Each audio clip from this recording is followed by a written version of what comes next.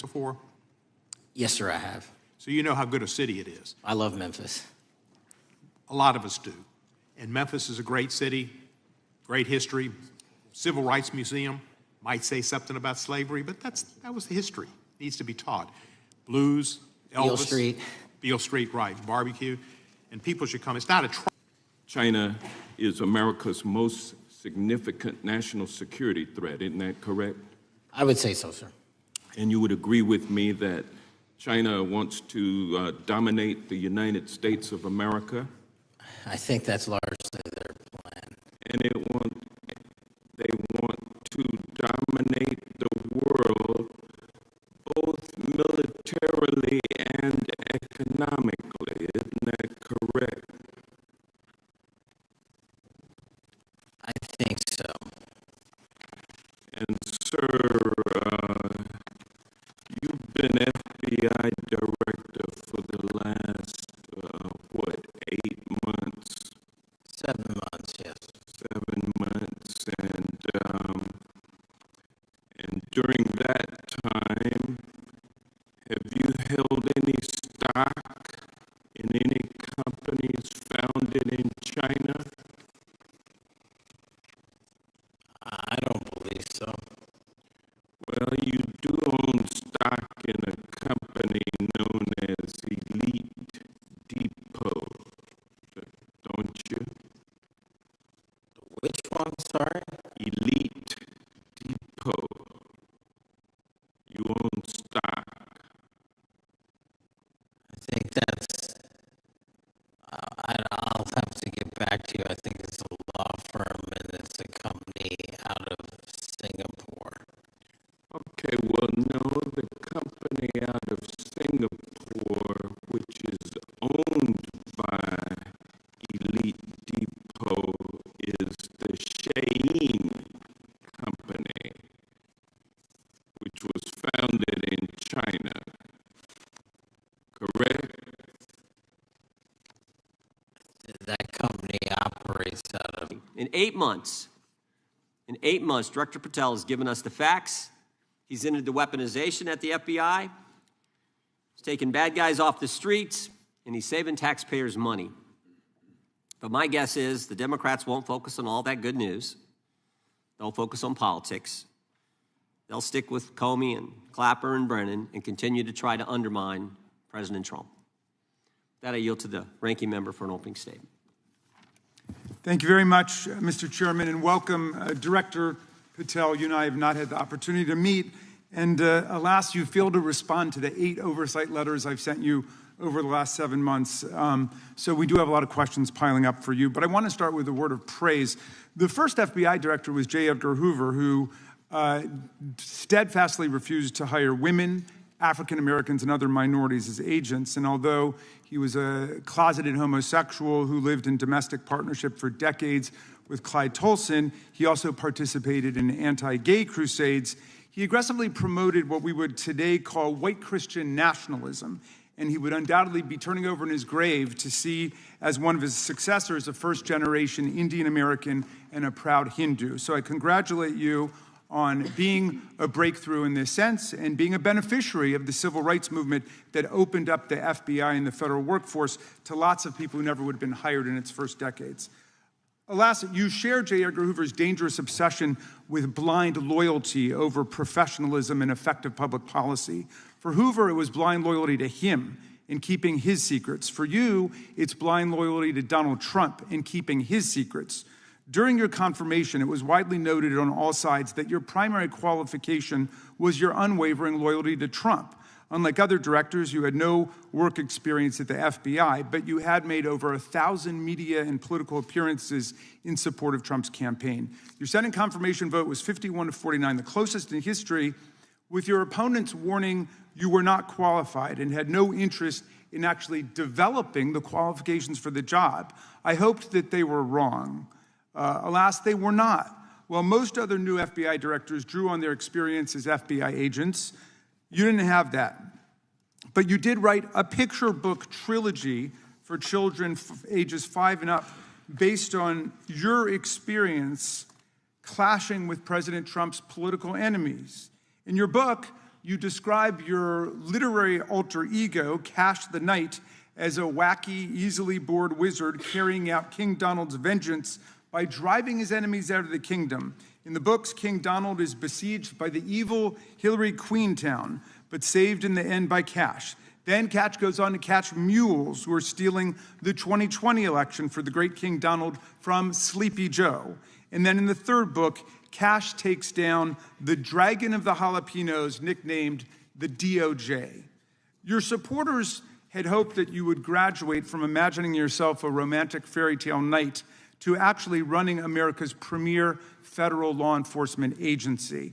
Alas, just as we've learned how dangerous it is to put a science-denying anti-vaxxer in charge of our public health, we've learned how dangerous it is to name as director of the FBI a man who thinks of himself as a fairy tale knight who keeps a fire-breathing dragon named DOJ at home to forcibly drive villains out of the kingdom.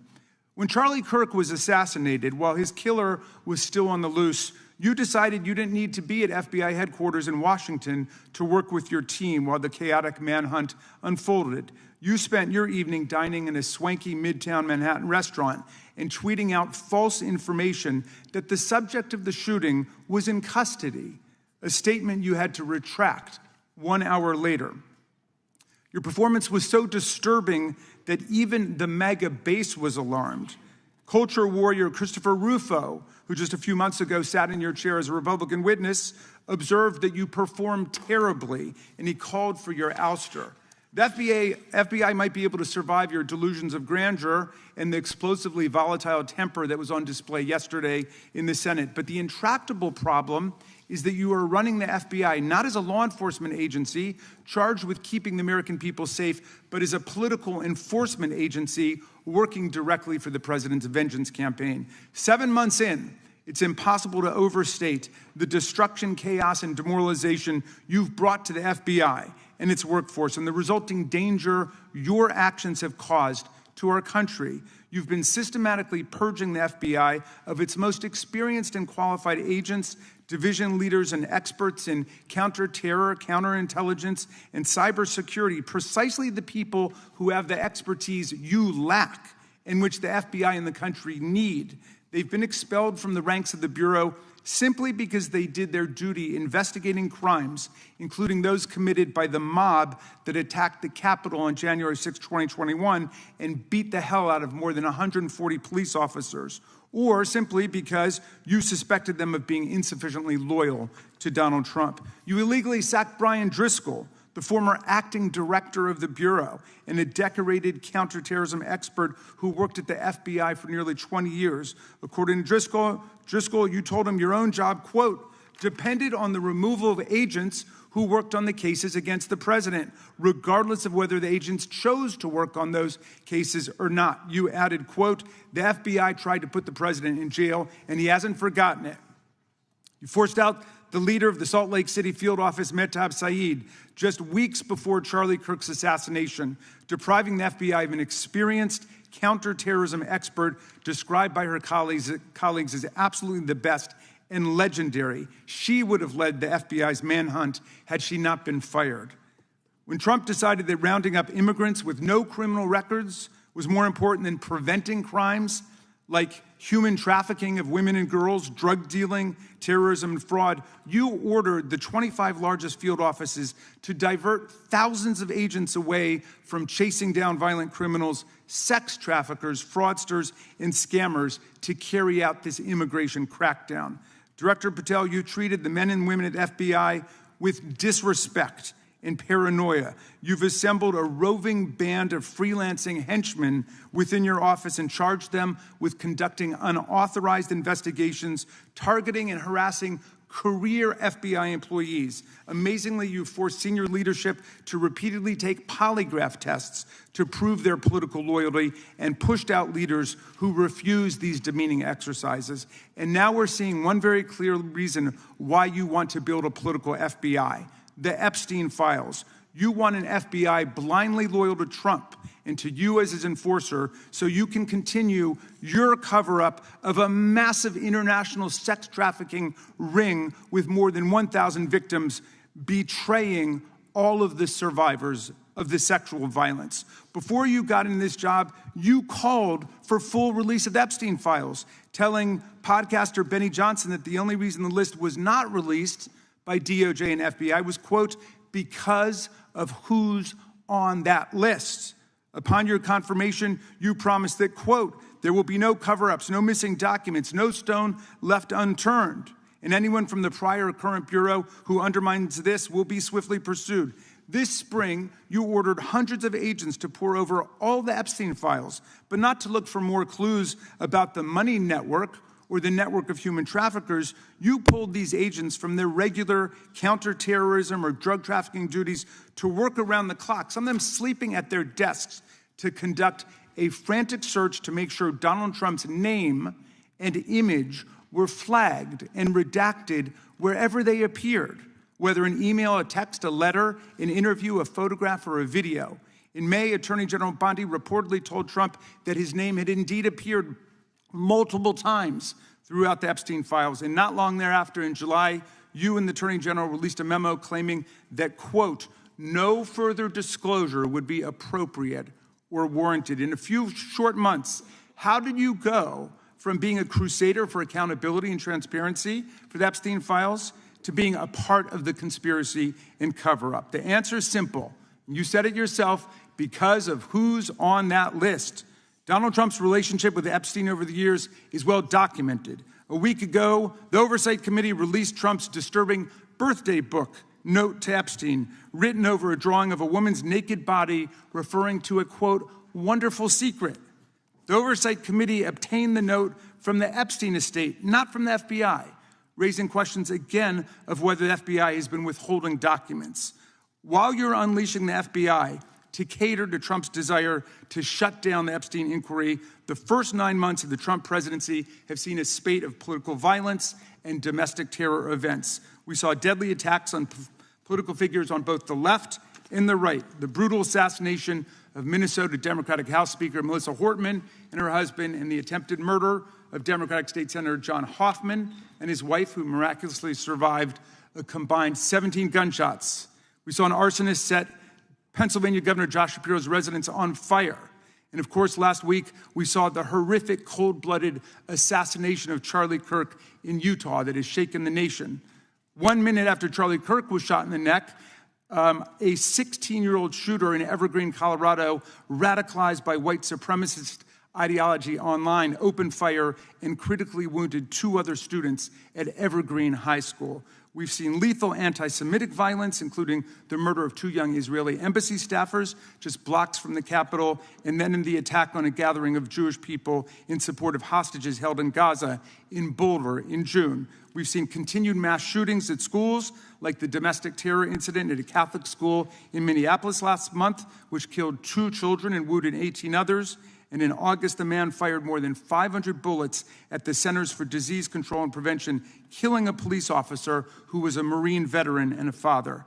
People like Melissa Hortman and Charlie Kirk should be able to participate in politics as elected officials or active citizens without being shot down in cold blood in the United States of America. People should also be able to go to elementary school, to middle school, to high school, to work, to the mall, and to church without being shot down in explosions of gun violence. The important position at the FBI requires a leader who puts public safety and national security and the rule of law first.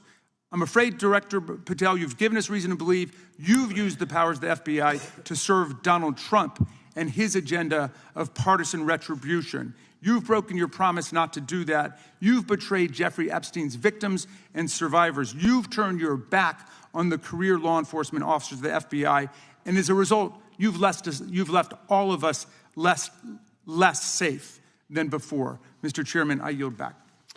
Gentleman yields back. That opening statement may have been longer than any book director's ever written or anyone else has written. Without objection, all of the opening statements will be included in the record. We will now introduce today's witness. Mr. Patel has been the director of the FBI since February of 2025.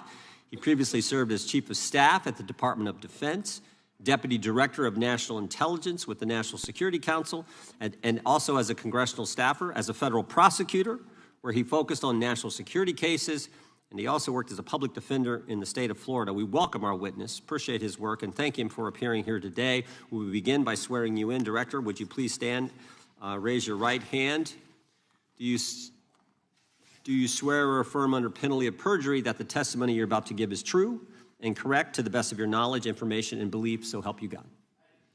Let the record reflect that the witness has answered in the affirmative. You can be seated as you are.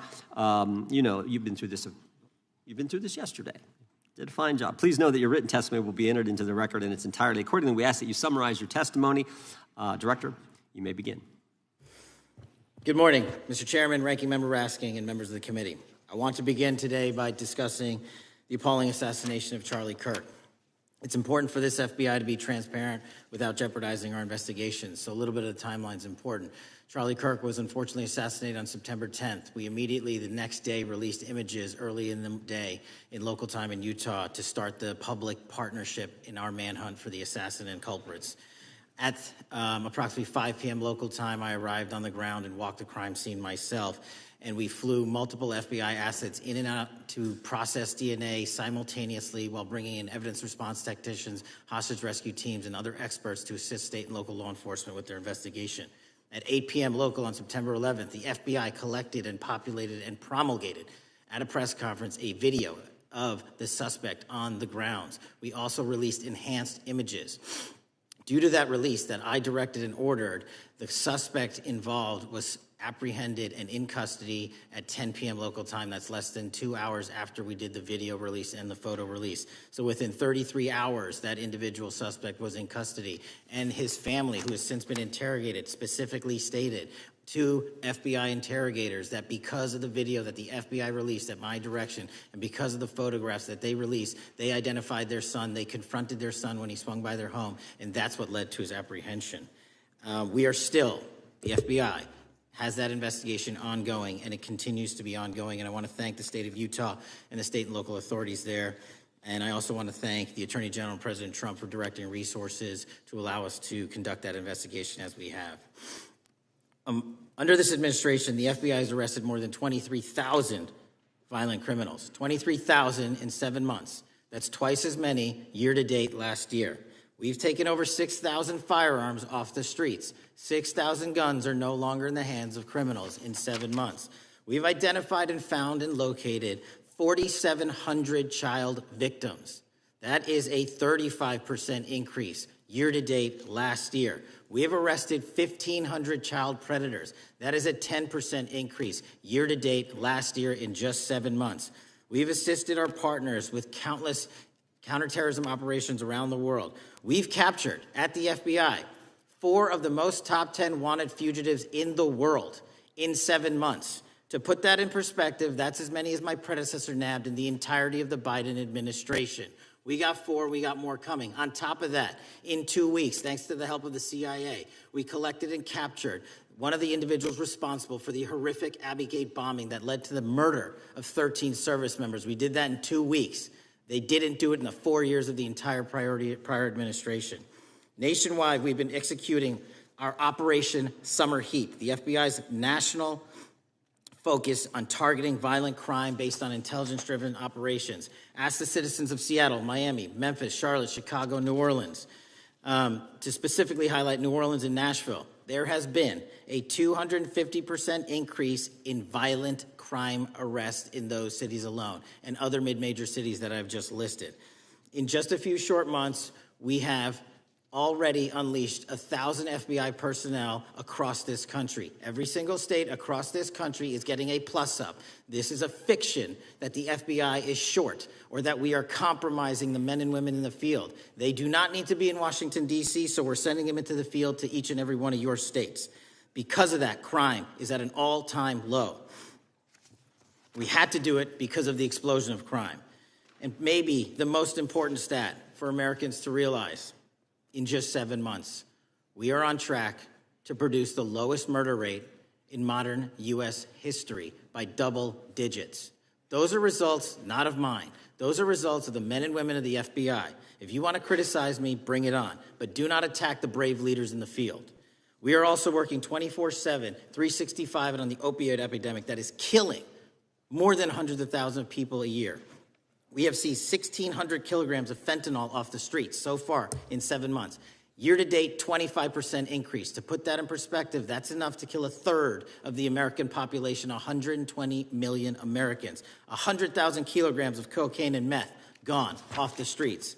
Earlier this year, I highlighted in Cincinnati, Ohio, how we're getting creative to chase down those that were willing to do harm to our citizens, not just by striking at the heart of the fentanyl producers, but the fentanyl precursor companies in China. And we indicted for the first time multiple companies and individuals, not just in America, but in mainland China, that are producing the ingredients that produce and make fentanyl that kill our children. And we are going to keep going. Counterterrorism work, cyber attacks, and foreign adversaries are something the FBI must never sleep on, and we are not sleeping. In the counterintelligence space alone, this year, year to date, 30% increase in counterintelligence arrests from the DPRK, Russia, Iran, and China. And I want the American people to know, in this setting, there's a lot of work that the brave men and women of the FBI are doing we just can't get into, but they don't stop. Our cyber threats, ransomware attacks, those harming our children online. We have nearly a 20% increase in indictments and arrests in 7 months alone this year. We're going after those that harm our malware, infrastructure systems, telecom systems, and energy structure. Combating SALT and Vault typhoons are just a little bit of the examples we're doing. Maybe most importantly, under the counterterrorism and domestic terrorism umbrella, are nihilist, violent extremists, and those that label themselves 764, who wish to go online and convince children to maim and mutilate themselves and commit suicide. And we are producing record numbers of arrests under that umbrella organization. We even stopped an individual in the 764 network who wanted to conspire to kill an adolescent girl. He is now in custody. Transparency remains one of my main priorities at the FBI. And this is what I've done in my 7 months at the helm. We've produced more than 33,000 pages of documents to Congress to a variety of committees, including, I believe, 7,500 to this committee alone, if memory serves me correct. To put the 33,000 in perspective, my predecessor in 7 years produced 13,000 pages in total to the United States Congress. His predecessor in 4 years produced 3,000 pages in total. I repeat, I have produced 33,000 pages in 7 years to this Congress and will continue to do so. I'm dedicated to restoring the trust and the mission and the integrity of the FBI, and we cannot do so without congressional oversight, and I promise you I will continue to do so. On the Epstein case, the original sin on the Epstein case was how it was handled by Mr. Acosta when he first brought the case in 2006, 7, and 8. The original case had a very limited search warrant, had a very limited search window, had a very limited investigative window. I was not there when those search warrants and that investigation was launched. I would not have done it that way. They were limited to only 3 to 4 years of investigations from 97 to approximately 2001 and 2002 to 2005. Mr. Acosta allowed Mr. Epstein to enter into a plea agreement where he served weekend jails for trafficking minor women. He also was allowed to leave jail to go home on the weekends. Plus, he allowed a non-prosecution agreement to be signed as part of that plea deal, prohibiting future investigations from that prosecution and from that evidence, and prohibiting the collection of further material. That is the original sin. We are working with Congress to produce, more than any administration ever has, material on Epstein. And I welcome the challenge to tell us that we are not being as transparent as the law allows. We even went to court and asked the judges to lift those prosecutorial agreements and to lift those court order seals, and they denied us 3 times. Congress is welcome to do the same and join the fight. And I'd lastly like to focus on operation that the president led in D.C. Because of this, we are taking this fight in D.C. to every single city across the country. 2,100 arrests in the last month alone. D.C. has seen a 60% decrease in gun crimes, 75% decrease in carjackings, and 53% decrease in homicides in our nation's capital. And rightly so. We're bringing that fight to the streets of America. I want to thank you for your support, and I'm proud to be the director that leads this FBI into a new headquarters building that they've needed for decades, saving the taxpayer $3.5 billion, and also providing our workforce a safe environment. If you don't know the calamity that is the Hoover Building, I invite each and every one of you to walk around. I'll give you a tour myself, and you can see where the cement falls on the heads of our employees that is only to be saved by netting. Just to give you an example. Thank you for support to our mission.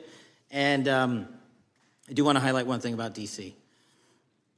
It's because the FBI gathered sources and evidence that we were able to, through our source network, identify the horrific murder of the D.C. intern Eric Tarpinian. Mm-hmm. And I've spoken to his family, and we are working to bring them justice. And Mr. Chairman, in my 16 years, now my 17 years of government service, if anyone has any questions about my service, bring it on. Yeah. Thank you, Director. We will now proceed under the 5-minute rule. The chair recognizes the gentleman from California, Mr. Ison. Director, delighted to have you here. You are a breath of fresh air.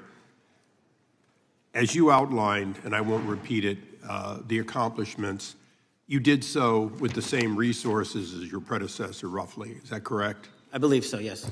And so how much of that has to do with taking people out of the backside of the FBI and moving them into the field, into doing the job for which we primarily pay the FBI? It's exactly what we needed done. 1/3 of the FBI's workforce resided in the National Capital Region before I got there. 1/3 of the crimes do not happen in Washington, D.C. Not anymore. Not anymore. So 1,000 personnel of the FBI were deployed across this country on a permanent basis, and every single state in this union is getting a plus up, not a reduction, a plus up of 1811s of intel analysts and support staff. And that is why the crime rates are going down in record numbers.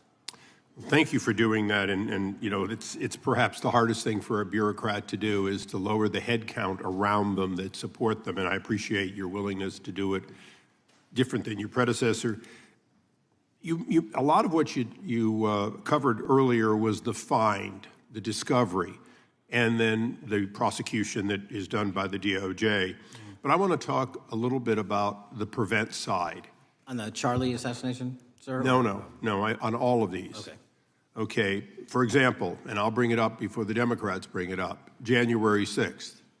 January 6th, we now know, because of your find, that in fact there were people involved who were not just observers but participants who in fact, it's been alleged, and I personally believe, in fact, were part of promoting, perhaps even the one woman who died, encouraging her to walk through a door that led to her death. When you see that kind of activity, and you know it was done under predecessors with full knowledge, whether it's January 6th, where embedded people crossed the line, or any other activity, including obviously the Russian hoax that we're now dealing with up in front and center. My question to you is, what can you or others do to prevent it from occurring again? Not on your watch, but on future watches. How can we know that this won't happen again the moment you leave the FBI? It's simple. What I'm doing through our leadership cadre is having FBI agents do what they were trained to do, not what they were not trained to do, not put them in situations that both harm them and the public. We're also utilizing our SORT networks and prioritizing the threat structure to go after the narco traffickers, the counterterrorism people, the counterintelligence threats, and the cyber threats. That's what they were trained to do, and that's what we're letting them do. One major question I have, after decades of doing this, on our side of it, both the chairman, myself, and others, both at oversight and here, have seen that the FBI and the Department of Justice hide behind non-statutory practices. Now, you've changed the interpretation of many of those practices. That's why we're getting the discovery that was previously withheld. How do we work together to make sure that we never again have false walls, non-statutory walls that say the Department of Justice has a prohibition about giving, quote, you fill in the blank, that has led to the chairman not seeing anything until you took over? I'm wedded to aggressive constitutional oversight. Having been a House congressional staffer, I know that is an important part of securing our democracy. And the way we make it an everlasting, enduring process is by showing the American people the results of what we are doing and the important work of this committee and putting it out to them so they can see government waste, fraud, and abuse. And then they can demand from our constituents and our electors that they want this process to continue. Last major question here. Some things are so sensitive that we both would agree they cannot be made public. Will you commit to this committee, when it is too sensitive to disclose, that you would at least make it available for in-camera review by the chairman and ranking members or others designated? I have done that, and I will continue to do that. Well, thank you, Mr. Chairman. This is a breath of fresh air. This is the beginning of what we need. But my questions today for the director are ones in which I believe that we do need to codify by agreement or by statute if necessary, the kind of openness and transparency that we're seeing from this administration, the kind of discovery that's allowing us to do our oversight properly. And I would hope that that be the follow-up to this, obviously along with the Attorney General. And I yield back my 4 seconds. Thank you. The gentleman yields back. The gentleman from New York is recognized. Thank you, Mr. Chairman. Welcome, Director Patel. In the wake of the tragic murder of Charlie Kirk, Donald Trump said, quote, "Violence and murder are the tragic consequences of demonizing those with whom you disagree, day after day, year after year, in the most hateful and despicable way possible," close quote. I would note for the record that Donald Trump has famously demonized practically every person he has ever disagreed with, and therefore, using his own logic, he has put their lives at risk. I should know, about 2 weeks ago, when I announced my decision not to my decision not to seek re-election, many people on both sides of the aisle, including the chairman, offered me well wishes and thanked me for my service. Donald Trump, on the other hand, took to Truth Social to call me a, quote, "psychopathic nut job," among other things. Yesterday, I received a threatening note filled with anti-Semitic comments and hateful attacks that mimicked some of the same language used by the president. I am sure many of us on this committee face similar threats every day. We have seen political assaults on both the left and the right. The attack on Charlie Kirk, the attempted assassination of the president, the murder of the Democratic Speaker of the Minnesota House, the assault on Paul Pelosi, and the attack on the Capitol on January 6th, for example. Director Patel, do you agree that there is political violence from both the left and the right? There is too much political violence. Do you agree, yes or no, that there's violence? There is too much political violence based on ideologies from either side. From either side, okay. Are you aware of the study by the Cato Institute, a well-known conservative group, that found that 69% of the violence is from the right? I'm not familiar with that study. You're not familiar, okay. I would commend it to you. Are you aware the administration has threatened to use violence as an excuse to crack down on liberty and freedom of speech? Say that again, I'm sorry? Are you aware the administration has threatened to use violence as an excuse to crack down on liberty and freedom of speech? Nobody at the FBI is doing that. I didn't ask you about the FBI, I said the administration. I speak for the FBI. I would like to enter the record an article from today's New York Times titled, "Trump Invokes Kirk's Killing in Justifying Measures to Silence Opponents." In the wake of Charlie Kirk's killing, President Trump and his allies have laid out a broad plan to target liberal groups, monitor speech, revoke visas, and designate certain groups as domestic terrorists. I ask unanimous consent to insert this into the record. Thank you. Politicizing the murder of Charlie King to go after free speech is not a legacy I believe Charlie King would have wanted. Moving on, I want to address another topic. The FBI has traditionally played a key role in prosecuting public officials for corruption. But I fear that at a time when the president is accepting planes from Qatar for his post-presidential personal use, issuing pardons to major donors, and personally profiting from the office of the presidency, the FBI may be abandoning its commitment to investigating public corruption. Since its creation in the wake of the Watergate scandal, the Public Integrity Section has been one of the crown jewels of the Department of Justice, investigating and prosecuting corruption among the nation's public officials and acting as a key safeguard against politicized prosecutions. This section's work has been supported by an elite squad in the FBI devoted specifically to rooting out corruption. But according to reports, the Public Integrity Section has now been decimated, and the FBI's Public Corruption Squad has been dismantled. I would like to submit for the record a New York Times article entitled, "FBI Dismantles Elite Public Corruption Squad." I ask unanimous consent. Thank you. These actions are an invitation to corrupt politicians to break the law, since they know that the government is asleep at the switch.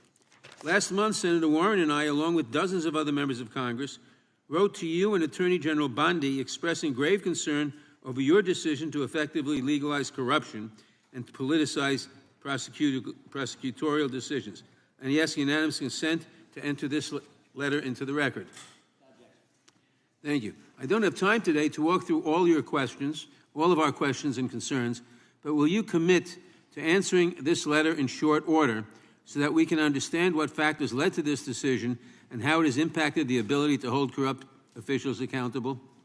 I will review your letter with my team and respond as soon as I You can. will respond. Thank you. I yield back the balance of my time. Gentleman yields back. Gentleman from Arizona is recognized for 5 minutes. Thank you, Mr. Chairman, and thank you, Director, for being here. I appreciate the change in the FBI and the tone since you've been there. We heard the ranking member, however, describe the FBI under your leadership as being resorting to political enforcement and you personally as being paranoid. I would just suggest that perhaps that is the projections of the ranking member himself and not you, sir.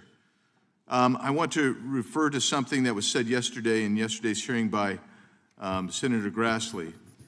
He said, it's well understood that your predecessor left you an FBI infected with politics. At your nomination hearing, he gave you records, made public records about whistleblowers regarding something called Arctic Frost. Arctic Frost was the FBI case opened and approved by anti-Trump FBI agent Thibault, and Arctic Frost became Jack Smith's elector case. The new records show that Arctic Frost was much broader than just an electoral matter. In fact, it was expanded to Republican organizations. Some examples of the groups that the Ray FBI sought to place under political investigation included the Republican National Committee, Republican Attorneys General's Association, and Trump political groups.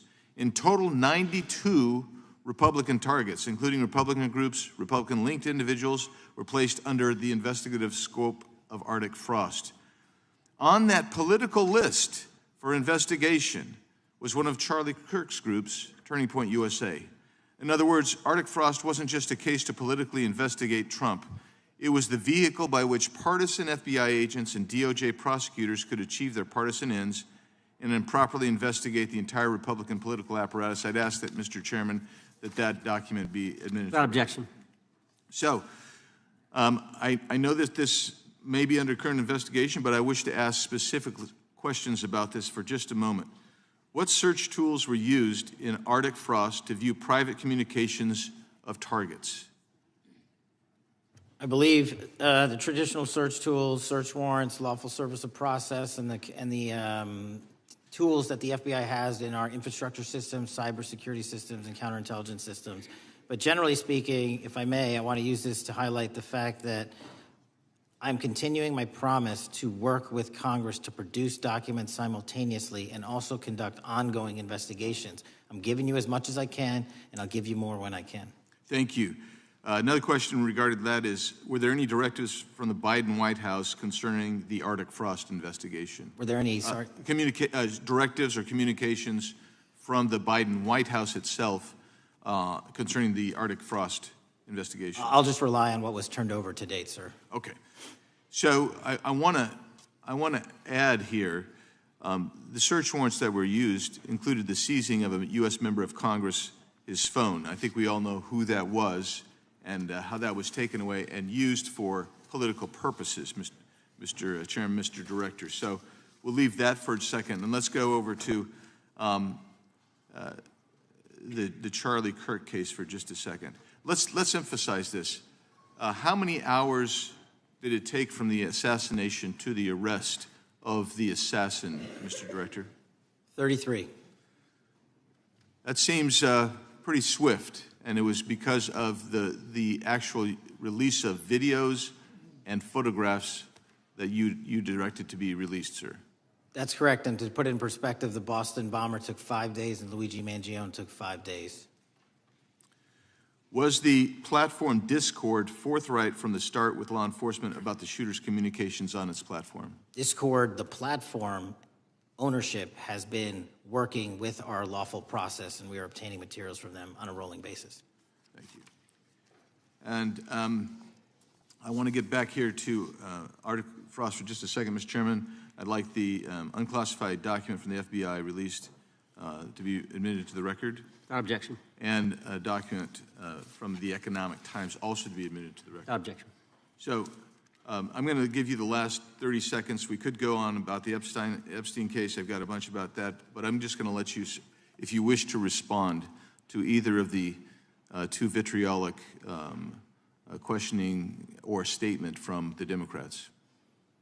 The work of the FBI speaks for itself. It's on showcase here today. Anyone that wants to attack the FBI can attack me, but leave our leadership structure alone. When you have 23,000 violent felons arrested, twice as many as this time last year, the work speaks for itself. Thank you, Mr. Chairman, and thank you. Appreciate your good work, Director Patel. Yield back. Gentleman yields back. Gentleman from Maryland is recognized. Thank you kindly, Mr. Chairman. Director Patel, before you joined the FBI, you railed against it for covering up Jeffrey Epstein's human trafficking ring. Let me refresh your memory with this clip. It has Epstein's list. They're sitting on it.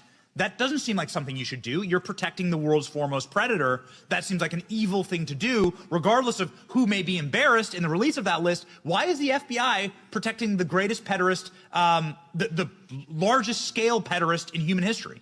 Simple, because of who's on that list. So you finished that December 2023 interview with a challenge to the FBI and harsh words for Republicans in Congress for not getting the Epstein files out to the public. You can see this clip. Boy pants, and let us know who the pedophiles are. Put on your big boy pants and let us know who the pedophiles are, you said. You emphasized that the president and FBI director each had complete authority to release Epstein's client list.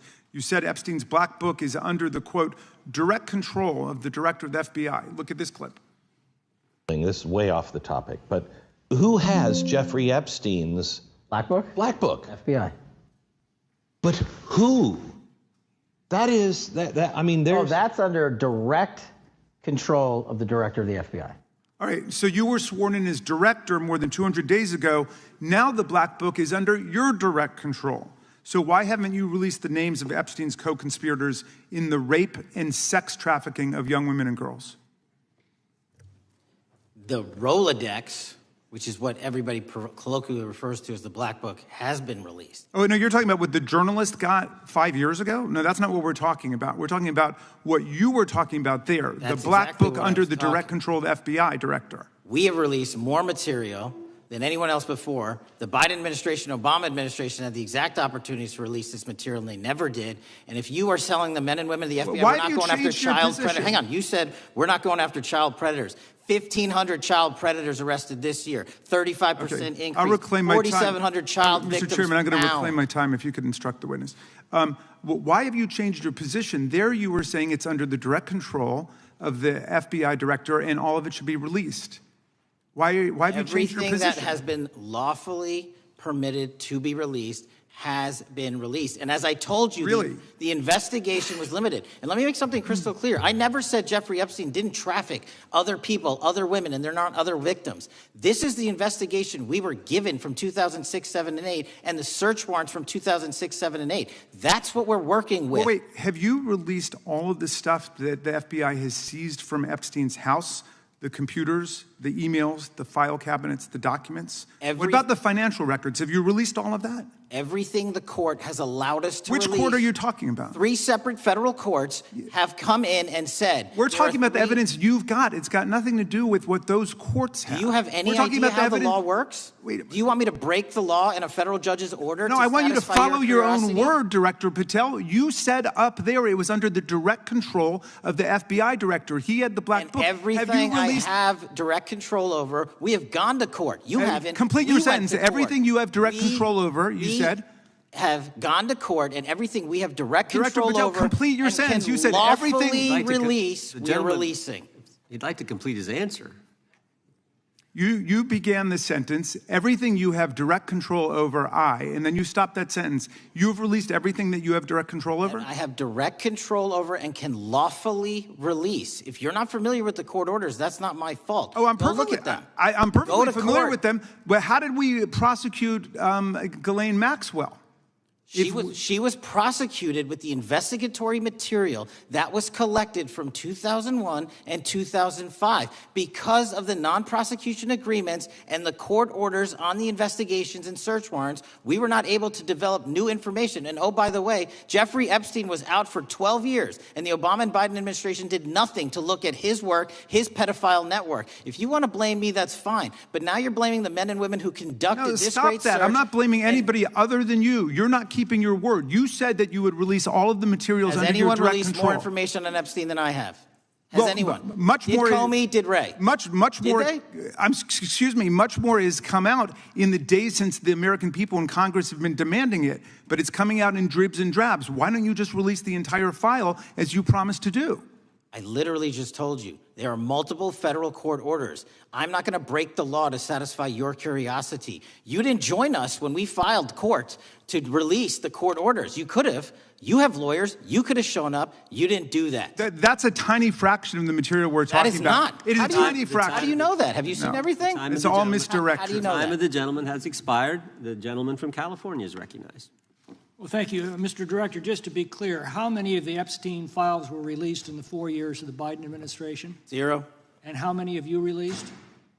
I don't have the number, but it's got to be thousands of pages of stuff.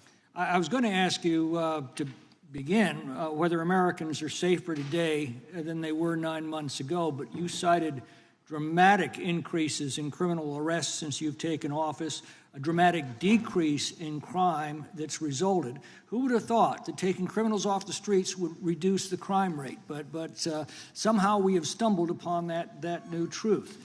But it begs the question, what was the FBI doing during the 4 years of the Biden administration to see that dramatic an increase in work under your tenure? The simple answer is I'm letting good cops be cops. We're working with our state and local law enforcement. We're energizing our partnerships. We're bringing on more task force officers. When you have more cops in the streets, when you're using ground-based intelligence, when you're not weaponizing law enforcement and focusing on D.C. and focusing on the rest of America, this is what happens. It is not a significant mind shift in terms of how we maneuver the FBI. They've wanted to do this work since they signed up. We're just letting them. And we've seen many prominent Democrats oppose your efforts to restore law and order to the streets of our nation's capital. I mean, all of us here have seen a dramatic change for the better here in Washington, D.C. Why are so many Democrats attacking you for that? Sir, Democrats have been attacking me for a decade, as is the fake news media. They didn't like the fact that I exposed the Russiagate host and the largest weaponization of the FBI, DOJ, and U.S. history. We proved it to be true with congressional oversight. I'm wed to that congressional oversight and will continue to do that work. Christopher Wray repeatedly warned this committee that the Biden open borders policy had produced a significant increase in terrorist threats that he said kept him up at night. A particular concern, he said, was the 2 million gotaways that entered the country during the Biden administration. That's an average of 41,000 every month. What are the monthly gotaway numbers today? Sir, I'll have to get back to you on the exact gotaway numbers, but identifying that there are gotaways is step one. Going and manhunting them is step two, and that's what we're committing our resources to do. That's my next question, is what progress has administration made in apprehending and removing terrorist threats that came in during the Biden years? I think you're talking about, if you're not, let me know, known or suspected terrorists, and we've encountered almost zero at the southern border since the southern border has been sealed. But the problem that we are running into is our northern border. It's largely expansive. The enemy has adapted, and we need more focus on the northern border to stop known or suspected terrorists from coming in from places like China, Russia, the Middle East, Africa, Afghanistan. And what can you tell us about the remaining threat posed by potential terrorist cells here in the United States? The terrorist threat that continues to be posed by international terrorists here in the United States is one of my highest priorities. We are working through our intelligence community partners to identify those individuals, and we've taken down numerous individuals in numerous rings across this country to neutralize that terrorist threat, including places like New York City, Los Angeles, and I believe Dallas, Texas, most recently. How extensively did criminal cartels like Sinaloa, Jalisco, New Generation, MS-13, Trinidad, and others infiltrate our country during the Biden administration? By the tens of thousands. Well, and what progress have you been making in combating their presence? I think the DHS is best to speak to that, but I think I can't remember the numbers of tens of thousands or hundreds of thousands of individuals they found that came in illegally, and the tens of thousands that associations to criminal networks have all been deported. And that effort is being opposed every step of the way by Democratic leaders in our cities, some of our states, and right here in the Congress. Isn't that true? Well, we're just working where we can in every single city we can, and I welcome the opportunity to partner with Republicans or Democrats on fighting violent crime like we're doing. Mr. Biggs asked about Arctic frost. What else can you tell us about that and what we need to do to assure that it never happens again? Continue the congressional oversight work that you're doing on Arctic frost. Let me provide you with more documentation on Arctic frost, and also call in witnesses from the paperwork that we have given you. You have that right, and the American public deserves to hear what those people have to say. As for my ongoing investigation, there's not much I can say. What role did the FBI play in suppressing the Hunter Biden laptop story during the 2024 election? Off the top of my memory, sir, I believe the FBI was in possession of verified information from that laptop, and it was improperly publicized that they did not have information and masked it as Russian disinformation. We now know that was categorically false. I don't know why the FBI did that, when they did that, but we've released all the materials related to that. Thank you. Gentleman yields back. The gentleman from New York is recognized. Mr. Goldman.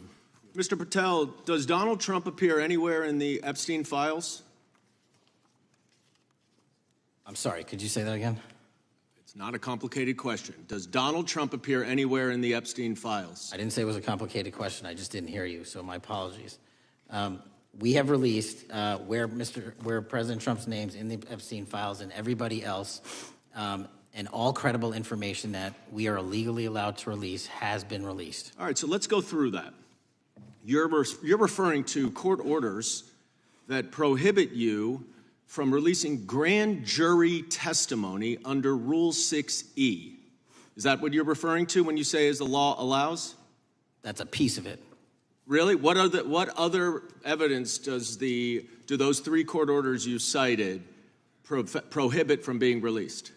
Information that was collected pursuant to those search warrants that were limited in fashion. Wrong. That's not what the court order says, and that's not under 6E. And you're talking, and I said that's 6E, and I said there was others, and I'm answering that. There are sealed court order documents. There are protective orders. They are unsealed as part of discovery given to Ghislaine Maxwell. They are no longer sealed. That's just not true. We can argue about it all you want. Okay, well, you agree that there are, so your testimony here is that the reason why you are not releasing all of the videos that you have acknowledged, there are so many, and that the FBI spent thousands of hours of reviewing, the photographs, the photographs that you have. You're saying that you're not releasing those because there's a court order requiring them to be sealed? Is that your testimony? Never said that about the videos. On the totality of the videos, of the thousands of images that were seized pursuant to the search warrants executed at the time, the overwhelming majority of that video is pornographic material that was downloaded from the internet and child sexual abuse material. We will never release that. Well, as you should not release the victims, but if there are videos that relate to others who Epstein trafficked to, such as maybe Prince Andrew, or photographs, that you have total control to release. Yes, and if it exists... And so why haven't you released it? Why are you supposing that that is a fact when in fact it is false?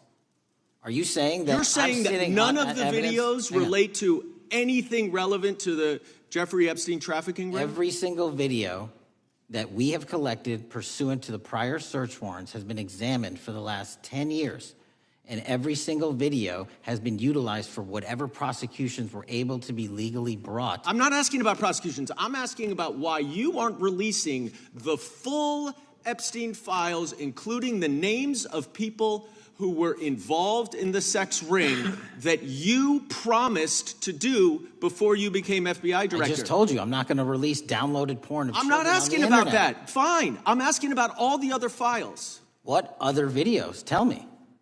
Tell me. That's what I'm asking. Tell me. You're saying there are no videos that would be relevant to anyone else involved in the Jeffrey Epstein sex ring. Pursuant to Mr. Acosta's collection of information based on the search warrants. That's all we have in our possession. And I'm asking you, that stuff. That's all we got. I'm not asking all you got. I'm asking you, in that stuff, there's nothing that's related to any other sex traffic, any other people engaged with Epstein in underage sex. That's correct. To my knowledge, no. Okay. Let's talk about the witness interviews. 302s of witness interviews.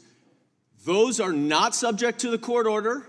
Those are not subject to any fictional sealed order for a search warrant. Why aren't you releasing those with the redacted names of the victims? We are releasing as much as legally allowed. That's why we went back to the courts. How is that not legally allowed? Sir, do you know how court orders work? Do you know how protective orders work? Actually, Do you know how Mr. sealing Patel, orders I was work? a real prosecutor for 10 years. I know exactly how so I was a court fake one? orders. And I want to understand what the court order prevents you from releasing witness statements that the FBI took. You should know that as a real prosecutor, when the court hand downs a protective order and a motion to seal, the material is sealed unless So that your judge testimony waives here it. is that all of those witness statements are under a court order, a protective order. We are providing everything we can legally provide. No, that's not my Congress has question. sent us a My subpoena. question is, why are those witness statements that are not grand jury testimony, that if they were under a protective order are no longer under a protective order, why are they not being released? How are they not under a protective Why order? are you not going to the court like you did for the grand jury testimony to unseal those records? The DOJ did go to the court. No, not on those records. Why aren't you going? gentleman. You just went on grand jury. Time of the gentleman has expired. You are hiding the Epstein files, Time Mr. of the Patel. gentleman has expired. You are part of the cover-up. Can I respond? You sure can. Any allegations that I'm a part of a cover-up to protect child sexual trafficking and victims of human trafficking and sexual crimes is patently and categorically false. And the work of my So I hope you will talk to them when they have requested to speak with you. Because the victims have requested and you are not responding to them. Director, yes or no, is the FBI still spying on parents at school board meetings? No, sir. Is the FBI still targeting Catholics? No, sir. Is the FBI still spying on President Trump? I don't believe so. Is the FBI still censoring Americans? No, sir. Is the FBI still targeting Americans for shopping at Cabela's or purchasing Bibles? Nobody is targeted for their faith. Is the FBI still targeting Americans who are pro-life? Nobody is targeting anyone for their beliefs. Is the FBI still cooking the books on crime data? The crime data is real. Is the FBI still purging agents for conservative viewpoints? No one at the FBI has asked their viewpoints on policy. Is the FBI still labeling the Betsy Ross flag, the flag of the American Revolution, a hate symbol? No.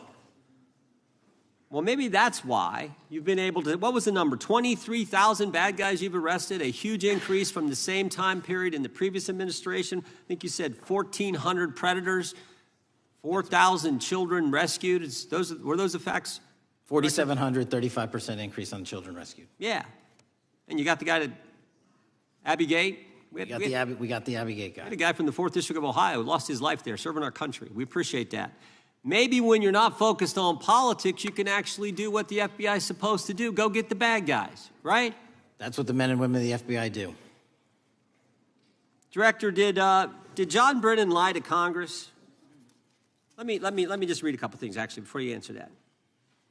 2 years ago, we had Mr. Brennan in for an interview, and I asked him, how'd you learn about the dossier in December of 2016? Mr. Brennan replied, I received a copy of it from the FBI, and the CIA was very much opposed to having any reference or inclusion of the Steele dossier in the intelligence community assessment. That's what John Brennan told the United States Congress. 7 weeks ago, the Director of National Intelligence told us this. John Brennan lied and denied using the dossier in the intelligence community assessment because he knew it was discredited. CIA officer told the House Intelligence Committee Brennan refused to remove it, and when confronted with the dossier's main flaws, he responded, yes, but doesn't it ring true? John Brennan lied to us? Mr. Chairman, I won't stylize the evidence. What I will say is that the intelligence community assessment, those that created it, and any individual involved with it, is an ongoing investigation. There's an investigation into what took place in December and January of December 2016, January 2017, when this whole thing started, this grand conspiracy. That is being investigated, is that right? That has been publicly announced by the department. That's been announced by the department. Did Chris Wray hide documents from this committee? You would know better than me, sir. Well, I think you told us like 700 pieces of information you've given this committee since you've been the director relative to just one incident, the Catholic memorandum from the Richmond field office. I can give you the comparison, sir. Yeah. The Catholic memo, I believe we turned over 750 documents. In Mr. Ray's tenure, I believe they turned over 19 pages. 19 pages. You've given us 700. Why would Chris Wray hide information from this committee? You'd Want have to to hazard a guess? I'm sorry? Hazard a guess why he would do that? I don't know, sir. I think maybe it was because FBI was spying on a priest, trying to get him to break the priest-penitent confidence that exists? You think maybe that was the reason? You'd have to ask him, sir. Yeah, we'd love to do that. I want to read a few names here. Arctic Haze, Tropic Vortex, Riding Hood, Foggy Falls, Echoes Fate, Sirens Lure, Genetic Christmas. What are these code names about, Director? You know? Not off the top of my head. Well, Arctic Haze, Tropic Vortex. My understanding, these are code names for leak investigations of classified information from the year 2017. Does that ring a bell? In terms of leak investigations, many of those are classified and many of those are ongoing, Mr. Chairman. But we are working with you to produce documents as we close those investigations or as we declassify them. Let me ask you this question, because this is something I've wondered about, the way the FBI used to work. The way this whole thing so many of these things unfolded. Seems to me you had all these people in government leaking information that then gets reported in the press, and there's a story written about it, and then that article is then used to further the investigation and move forward with what they want to do. Did that take place back in 16 and 17? That's the exact scenario that took place in the FISA application for Carter Page and the rest of the Trump campaign. And that is frightening, because that's what the CIA is supposed to do in foreign countries. It's not supposed to happen to Americans. But it did, didn't it, Director? Yes. And not just any Americans, it happened with the President of the United States. Is that accurate? Yes, sir. Yeah, and you were the key guy in helping expose that. And I think our country will be forever grateful for what you did to let the country know that was going on involving Americans, which is not supposed to happen, and not just, again, any American, but the President of the United States. Chair now recognizes the gentlelady from California. Thank you, Mr. Chairman. I'm concerned by reports that FBI agents have been diverted from their important work on crime and anti-terrorism to work on matters that are not critical to our safety. I'd like to play the video, the whole video. Jeffrey clip. Epstein's Black Book? Black Book. FBI. But who? That is, I mean, there's... Oh, that's under direct control of the director of the FBI. But the Black Book, it's not just sitting, I mean, that's Hoover power times 10. And to me, that's a thing I think President Trump should run on. On day one, roll out the Black Book. In contrast to that attitude of let it all out, we're getting reports of actions that run contrary to getting everything out, and that also involve diversions of FBI resources. For example, an FBI whistleblower reported that you were pressured by the Attorney General to place 1,000 personnel on 24-hour shifts to mine roughly 100,000 Epstein-related records to redact President Trump's name from the files. Bloomberg reported this, that you directed FBI special agents from the New York and Washington field offices to join the Bureau's FOIA employees in Winchester and another building a few miles away, and that while reviewing the Epstein files, FBI personnel identified numerous references to Trump in the documents, and people familiar with the matter said that Trump's name, along with other high-profile individuals, was blacked out. Now, the New York Times reports, and this is a quote, Justice Department officials diverted hundreds of FBI employees and federal prosecutors from their regular duties to go through the documents at least 4 times, including once to flag any references to Mr. Trump and other prominent figures.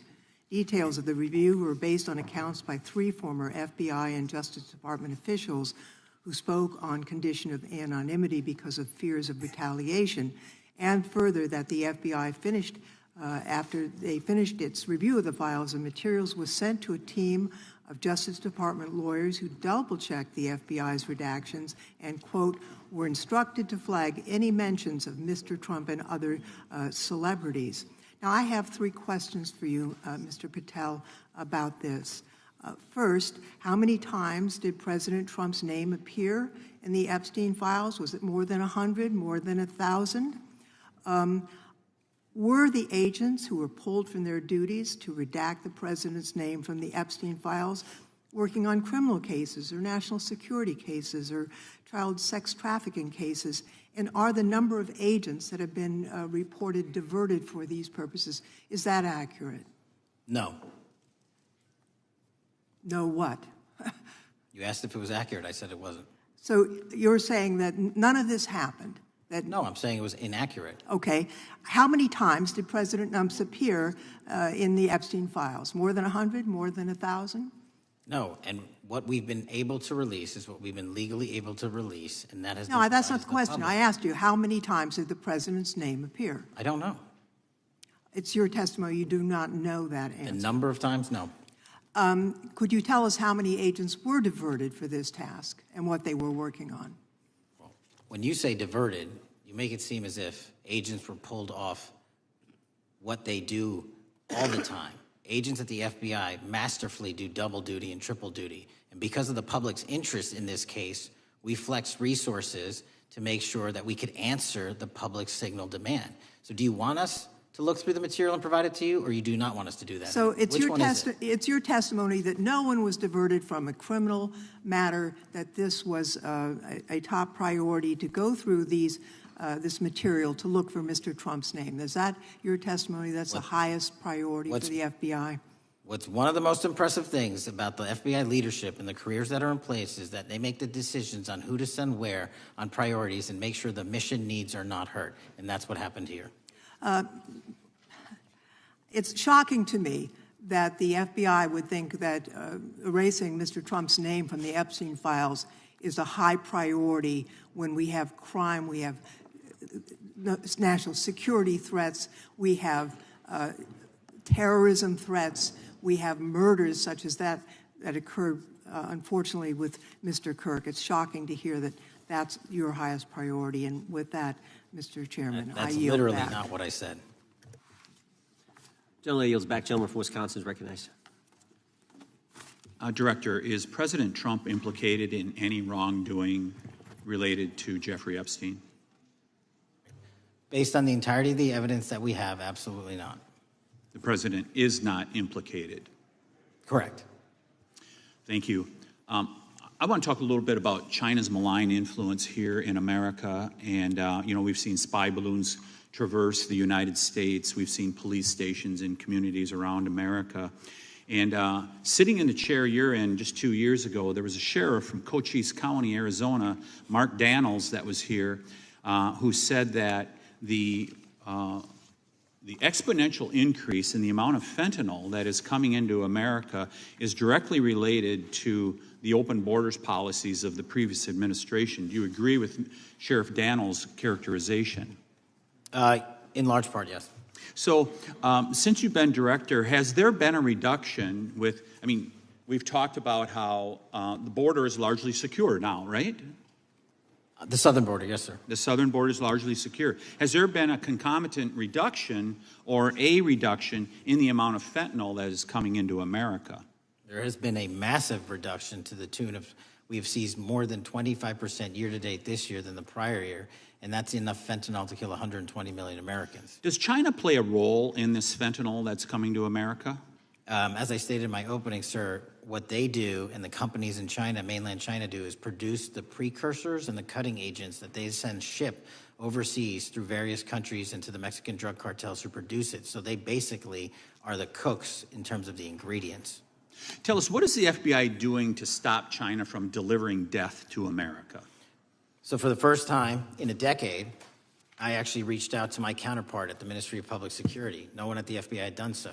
To engage. Ministry of Security, where's that? In mainland China. In mainland China, okay, thank you. To engage in a conversation to say, hey, can we have a certain number of these precursor chemicals listed in China so that they become illegal and illegal to trade. We're also working with our counterparts in places like India and Guatemala because the transshipment routes of the precursors, the Mexican drug cartels have gotten creative, and instead of coming directly to America are going into these countries. And we've had massive success in India and Guatemala, and in those governments, great partnerships in shutting down the ability to ship the precursors into those countries, which are ultimately destined to America. So those people that are working with security agencies have been working with you, is that accurate? Yes, sir.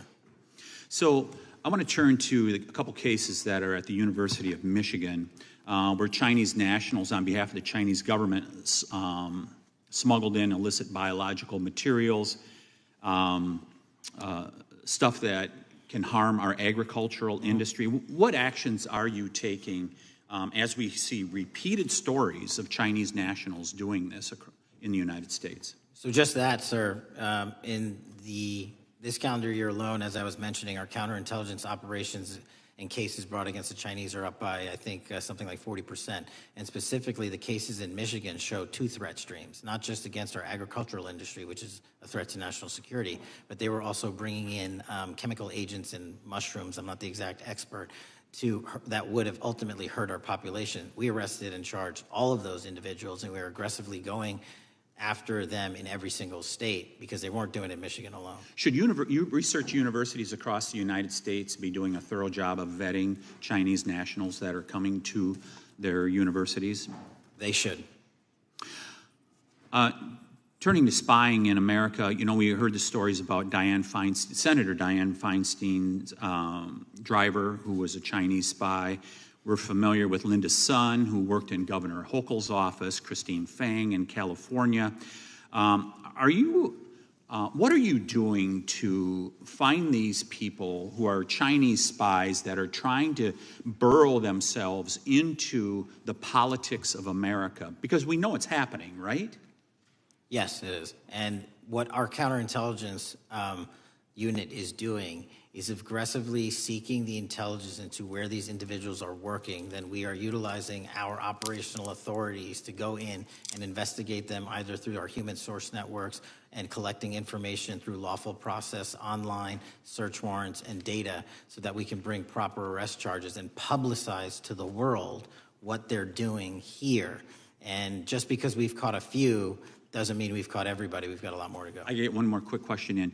The FBI arrested a judge in Wisconsin, Hannah Dugan, for interfering with a federal law enforcement operation. Could you tell us a little bit about that? And is a judge above the law here in the United States of America? Well, no one is, and that case is ongoing. But as you stated, and these allegations said, there was an interference in a lawfully executed federal law enforcement priority that was interfered with. I yield back, Mr. Gentleman yields back. The gentleman from Tennessee is recognized. Thank you, Mr. Chair. Director Patel, I believe you had primary importance in starting Operation Viper in Memphis. Is that correct? Yes, sir. And Operation Viper brought in the FBI, the DEA, the ATF to help the Memphis police in policing the city.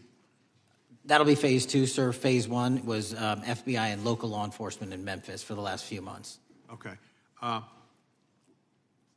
You did a good job, and the police director and the mayor have told me that has been helpful, the FBI working with the police. And the FBI are trained in law enforcement. They know Miranda rights, they know how to do policing, and they do a good job working with the police. Do you think that the National Guard is necessary to do the work that the FBI is doing now? Thank you. I do think it's necessary to finish it. What we've done is 500 arrests in Memphis and 110 federal indictments. But what we need to do is we've only secured a piece of where the criminal conduct is occurring in Memphis, and we can't work inside perimeters that are not established and safe, and we don't have the manpower to give us the space to fully go into the areas where the criminal activity remains.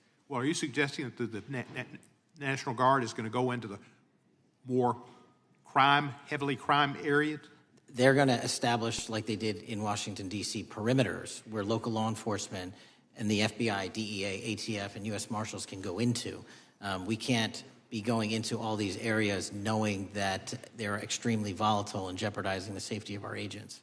Did the National Guard do anything in Washington to help the FBI stay safe from these dangerous elements? They established perimeters.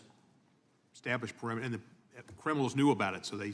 It was a visible force, sir, so they kind of saw it. Well, what you did, I commend you for what you did, and I think the FBI coming in, we have a crime problem in Memphis. The FBI has helped, DEA will help, and the ATF will help. I don't think the National Guard is going to help, and what I've seen, they're not trained in law enforcement, are they? No, sir. And so that could be a problem.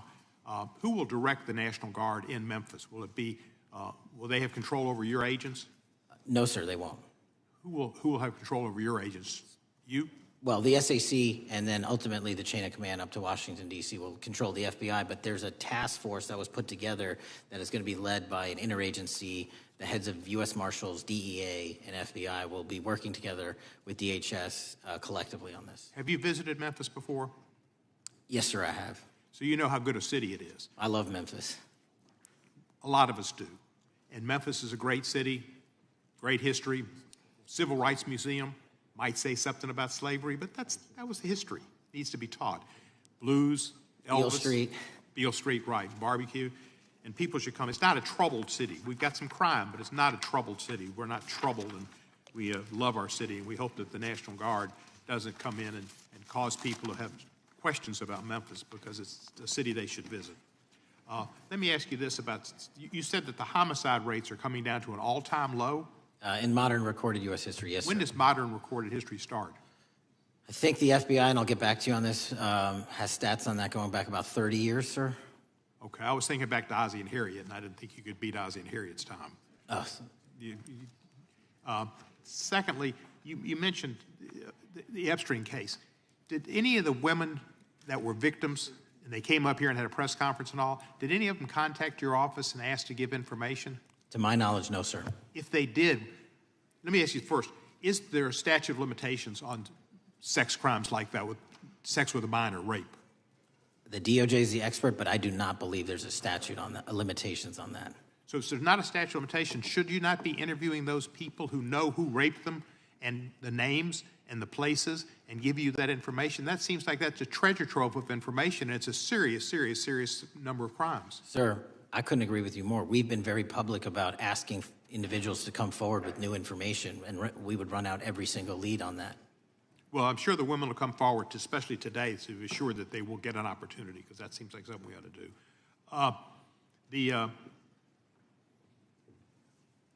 Mr. Driscoll, what was his reputation? I can't comment on Mr. Driscoll's matter. It's an ongoing litigation. Yeah, but his reputation you could tell us about. I can't tell you about his reputation. His work has been laid out in that lawsuit. How many of the FBI agents who worked on the January 6th case have been fired? I don't have that number, sir. Do you have a ballpark figure? No, but I can tell you that individuals based on case assignments in the FBI that I have led have not been terminated for case assignments. Thank you, sir. And come back to Memphis, and you work with Kevin Kane in our Tourism Bureau. He's great. Thank you. And thank you for your work in Memphis. Gentleman, yes, back. Mr. Chairman, I have a unanimous consent request. Gentleman's recognized. So I've got 4 documents I'd like to introduce into the record. The first one is Jeffrey Epstein's 6th story played out for years in plain sight. And Acosta is quoted in here saying, "I was told Epstein belonged to intelligence and to leave it alone." The second document is entitled, "What Epstein's Bodyguard Warned About His CIA Connections." The third document is from Fox Digital. It's titled, "Epstein's Private Calendar Reveals Planned Meetings with Obama Admin Official CIA Chief." And the last document is Wall Street Journal article that highlights Ehud Barak's 36 meetings with Jeffrey Epstein. He was the former Prime Minister of Israel and head of military intelligence for Israel. It may have held that title when he met Epstein, and then, yes. Without objection, the gentleman will hold for a second. The gentleman from Maryland is recognized. Thank you, Mr. Chairman. Just one UC request. This is Judge Engelmeyer's decision from August in U.S. versus Epstein, stating the government's 100,000 pages of Epstein files dwarfs the 70-odd pages of Epstein grand jury materials.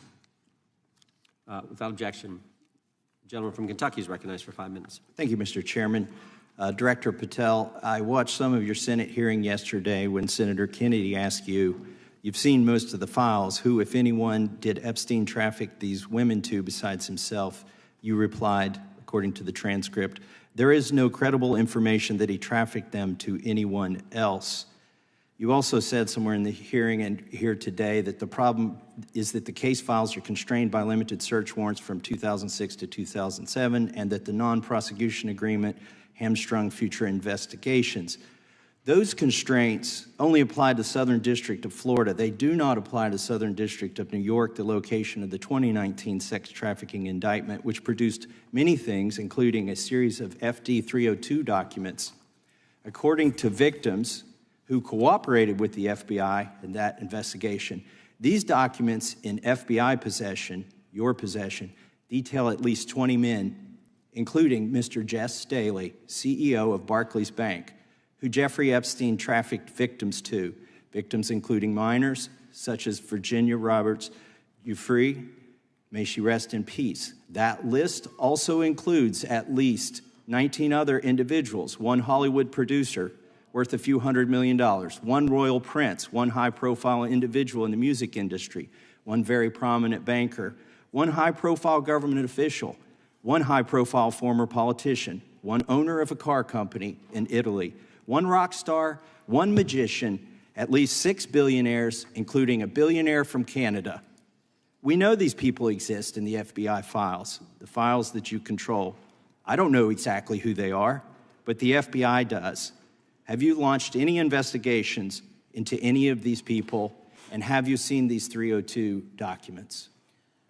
Sir, I have asked my FBI agents to review the entirety of the Epstein files and bring forth any credible information, and we're working with Congress not only to divulge that information and produce it to you, but any investigations that arise from any credible investigation will be brought. There have been no new materials brought to me launching a new indictment. So is the loophole here, or is it your assertion that these victims aren't credible, that the 302s maybe didn't produce credible statements that rise to a probable cause?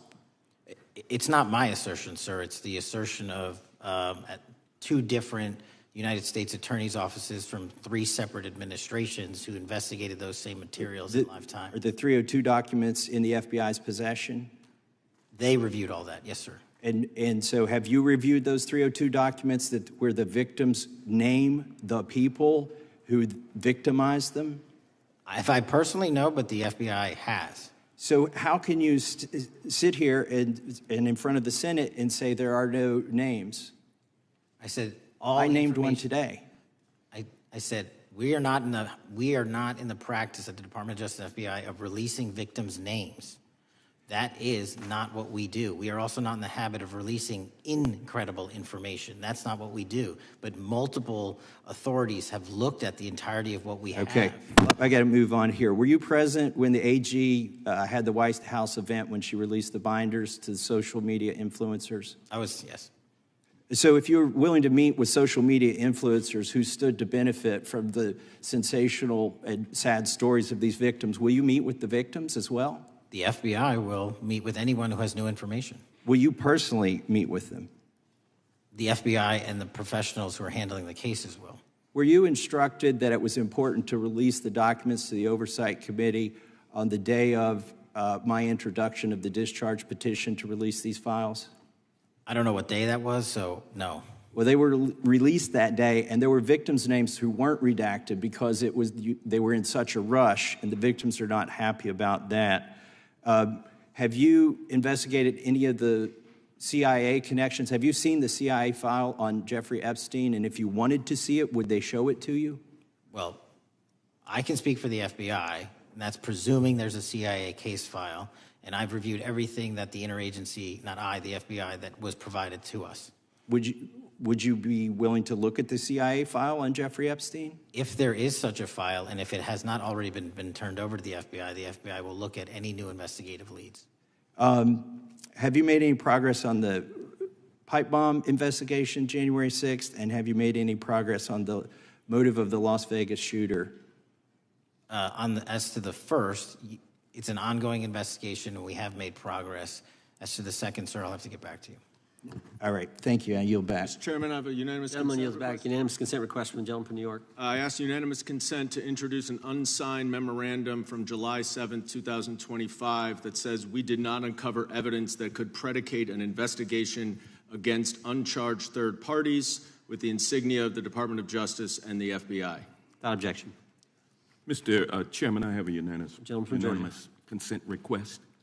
It's a article entitled DOJ Deletes Study Showing Domestic Terrorists Are Most Often Right-Wing. Objection. Thank you. The gentleman from Georgia is recognized for 5 minutes. Thank you, Mr. Chairman. Director Patel, thank you for being here today. I want to first talk about the significant role that the FBI plays in combating the national security threats posed by our nation's greatest threat, our nation's greatest security threat, China and the Chinese Communist Party. It's a fact that China is America's most significant national security threat, isn't that correct? I would say so, sir. And you would agree with me that China wants to dominate the United States of America? I think that's largely their plan. And they want to dominate the world, both militarily and economically, isn't that correct? I think so. And sir, you've been FBI Director for the last, 8 months? 7 months, yes. 7 months, and during that time, have you held any stock in any companies founded in China? I don't believe so. Well, you do own stock in a company known as Elite Depot, don't you? Which one, sorry? Elite Depot. You own stock. I think that's, I'll have to get back to you. I think it's a law firm and it's a company out of Singapore. Okay, well, no, the company out of Singapore, which is owned by Elite Depot, is the Shein Company, which was founded in China, correct? That company operates out of Taiwan. Well, they changed their headquarters from China back in 2022 to Singapore for tax purposes, but it's owned by a Chinese billionaire. I think his name is Charlie Zhu, and you own stock in the company that owns Shein. Which I disclosed during my confirmation process. You certainly did. And now, do you still hold that stock in that Chinese company? Pursuant to the Department of Justice, who reviewed my material that was submitted during my confirmation process, I was able to hold certain stocks, and they made the decision. You still hold the stocks that you have? You still hold on to these Chinese stocks, these stocks in this Chinese company? I disagree that it's a Chinese company, but I was in the DOJ, when you're appointed, makes a call on what you can and can't possess. Well, now, let me ask you this. Chinese companies steal trademarks, they produce counterfeit products and sell them over the internet on platforms such as Shein. They steal intellectual property. They steal data from American companies, and to me it seems inconsistent with your role as FBI Director that you would own stock in a company that is based in a country that is the nation's premier national security threat. It's like you are putting your own financial security over the security of the nation. I disagree with that characterization. Well, I think the American people look at it like it's a classic situation of the fox guarding the hen house. If the FBI is charged with investigating espionage, economic espionage by companies controlled by the Chinese Communist Party, and you are the director of the FBI, you've got a conflict of interest. Sir, I would just show if there's any intimation that I'm against. Why are you holding on to this stock? It wasn't a decision I made. And it's valued at up to $5 million as of when you last reported, correct? $5 million in stock? No, I don't follow it. You don't follow it, but you're still making money off of it. I don't have any money off of anything. Well, what I have done... Trump's trade policies directly impact the value of that Chinese stock. Won't you agree with that? Which trade policy? I'm not a trade expert. Okay, all right. But I want to tell you this. Crazy on me today. Let me ask you this question. Why are you hiding pedophiles? Why are you shielding pedophiles? Why are you protecting pedophiles? That is maybe the most offensive thing you could say to me, given the numbers. Well, you have not released given the Epstein numbers files of pedophiles. You are aware of the we have Epstein arrested. client list that was published in the 18,000 The gentleman has emails expired. released? The gentleman yields back. Can he answer the question? Can I just respond? Of course, the gentleman can answer the question. Since I took over the FBI, there has been a 33% increase. Sir, all of that started under Christopher Your Wray. time is done, but No, the, it didn't. the witness gets to All of answer that the started question, under and then the we'll go to our previous, next FBI director, sir, and you're coming in here trying to take credit for something that a previous director instituted and largely brought to conclusion. I take no I think it's credit. been clear It's that the director offensive. has numbers are so incorrect much also. better than the previous director. It's Dr. deceptive. Patel, if you want to I take- answer the question. I take no credit. The men and women of the FBI have seen a 33% increase in the number of counterintelligence arrests out of the PRC. And so all of a sudden, with And you the- coming in 7 months ago, and Gentleman's time has Heaven on earth. expired. And on the sir, pedophile the American public not gonna accusation, go for that. we have arrested 1,500 child predators in the last 7 months. Under That's investigations more than initiated by anybody the prior Appreciate directorship. the director's good work, and we really appreciate that the time of the gentleman has expired. We now go to the gentleman from Texas. I thank the chairman. I thank the FBI director for coming before the committee. I assume the FBI director, Mr. Patel, I believe you probably agree with me that there is a significant organized effort on the left side of the political spectrum to advance criminal organizations being able to put more criminals out on the streets. That what we've seen this in daily action. Are you familiar with the report that came out this last Monday from the Law Enforcement Legal Defense Fund?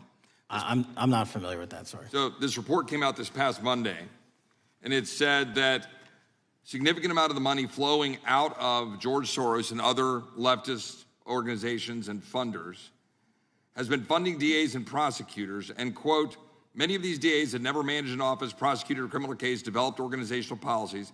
In dozens of America's largest cities and counties, this report finds these progressive district attorneys have outsourced core parts of the American criminal justice system to activists and political donors, taking direction and advice on everything from staffing decisions and communications strategy.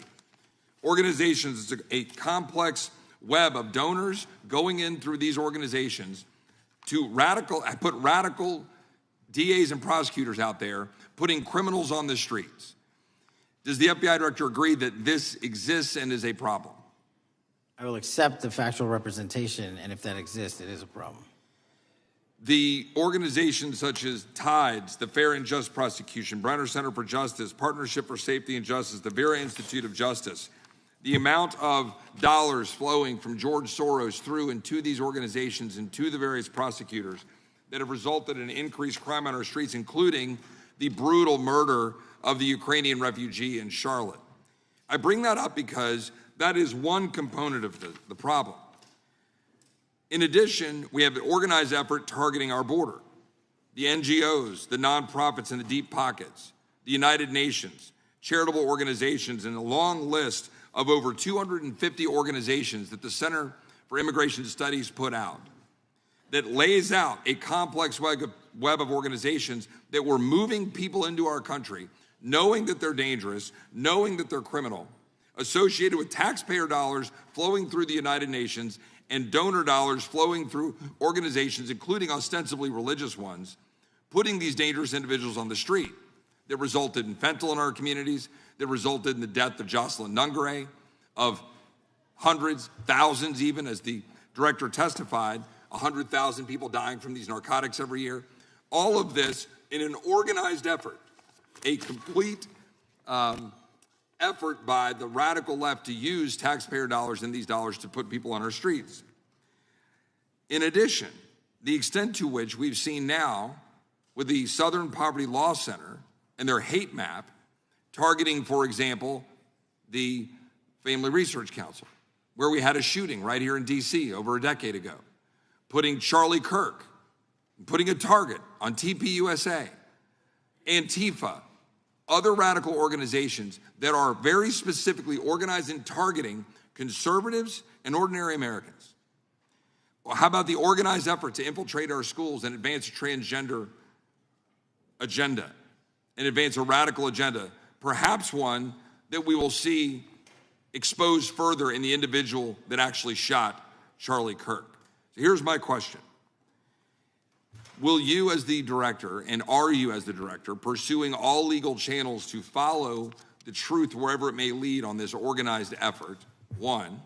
And two, do you agree that Congress should take all action necessary to expose this web of dollars that are flowing to undermine our way of life? I got another minute in my time that I'd like to hear from you on this topic broadly. I'll keep it short. Investigatively speaking, we are doing the following. We are following the money. We are following the money in every organization and every person that is violating the federal code. And it doesn't matter what your background or ideology is, we are following the money. We are using legal process to following that money, issuing subpoenas to follow that money, using grand juries to follow that money. And when we have results to recommend for prosecution to the Department of Justice, we will do that. And we will continue to publicize documents through Congress, yes, when we make these findings. Mr. Chairman, I'd like unanimous consent to insert the record outsourcing justice by the Law Enforcement Legal Defense Fund that I alluded to before. I would ask unanimous consent to add a 2024 list provided by the Center for Immigration Studies on these United Nations and other affiliated groups that are responsible, over 250 of them, for moving individuals into our country in a coordinated effort. I would like a unanimous consent to insert a letter that I sent that currently has 33 members of the United States House of Representatives have signed on it, calling for a special select committee to pursue the organized effort from the radical left to target our way of life and undermine our security by putting criminals on the street and having our borders being wide open and putting us in danger. Without objection. With that, I would yield back. Without objection. Gentleman yields back. Mr. Chairman, I have a couple of unanimous Gentleman's recognized. One is a letter from Senator Tom Cotton, dated last year, urging the U.S. to, quote, ensure that data from U.S. companies is not harvested by the Chinese Communist Party through the purchase of Xi'an software and technology. Without objection. And also a statement by Marco Rubio, then Senator Marco Rubio, which warned our UK allies about, quote, Xi'an's deep ties to the People's Republic of China. Without objection. Also,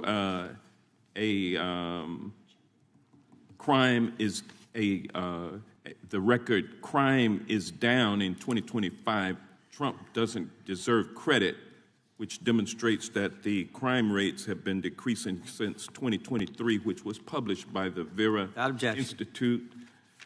Also, a unanimous consent request to enter into the record a NPR report from July of 2024. GOP vows to make America safe again. Statistics contradict their growing crime claims. Without objection.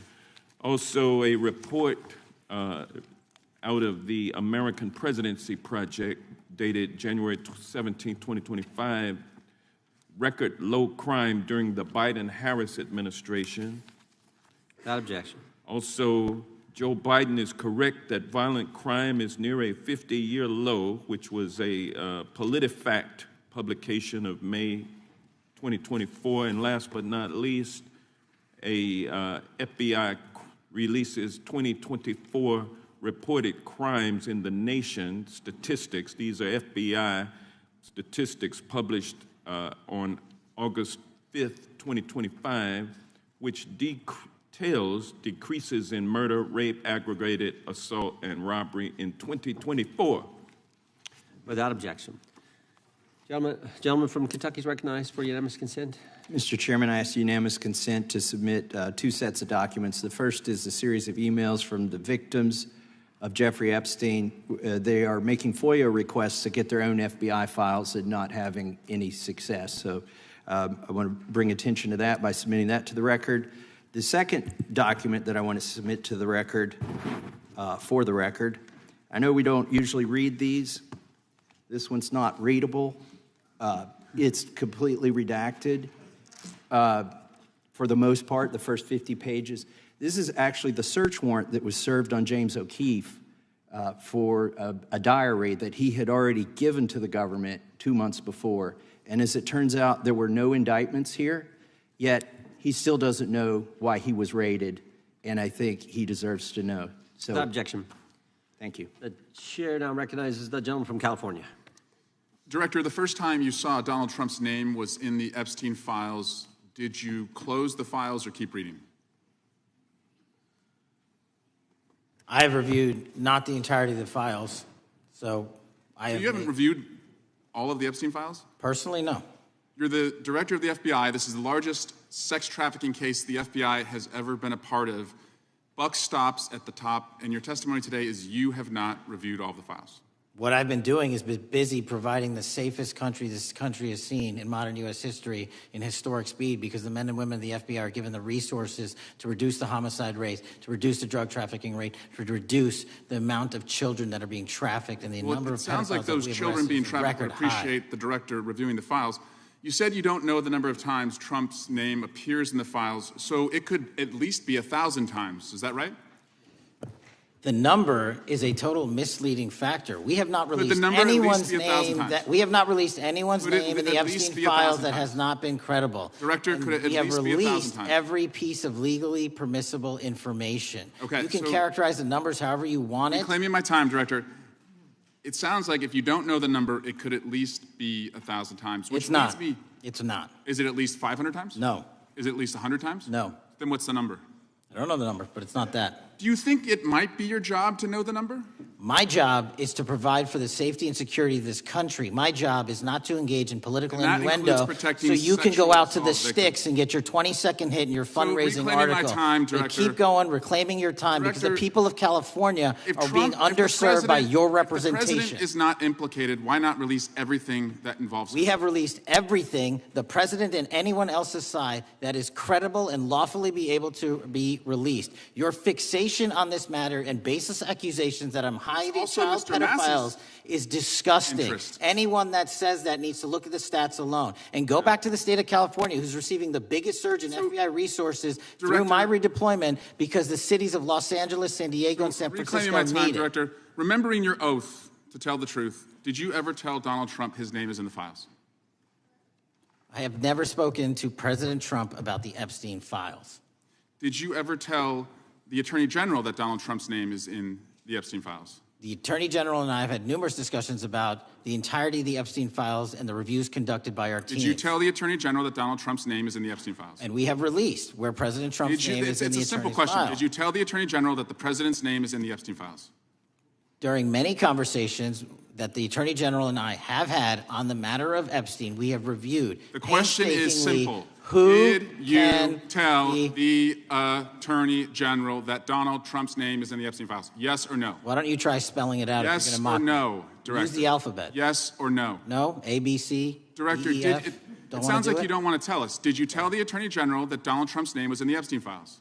Why don't you try serving your Director, constituency did by you tell the focusing on Attorney reducing General violent that Donald crime in this Trump's name- country and the number of pedophiles that are Director, illegally reclaiming my harbored in time, your Director. sanctuary cities in Director, California? reclaiming I'll my work with time. you on that. Do Regular you wanna order, Mr. work with us Chairman. on that? Director, Time reclaiming my belongs to the time. gentleman from California. Did you tell the Attorney General that Donald Trump's name is in the Epstein files? The question has been asked and answered. You've not answered it, and we will take your evasiveness as a consciousness of guilt.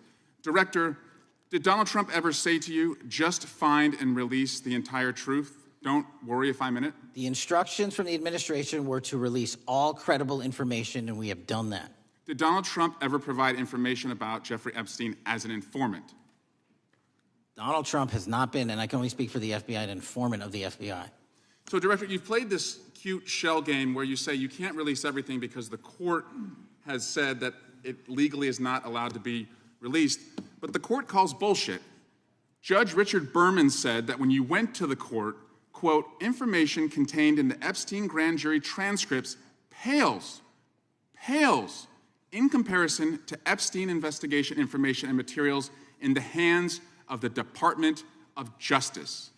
So let's move on, Director. You wrote a book called Government Gangsters. You identified 20 individuals in that book. You put me on that list at the top of the list. Thank you. My children find it flattering. 20 of those individuals have been investigated or have had adverse actions.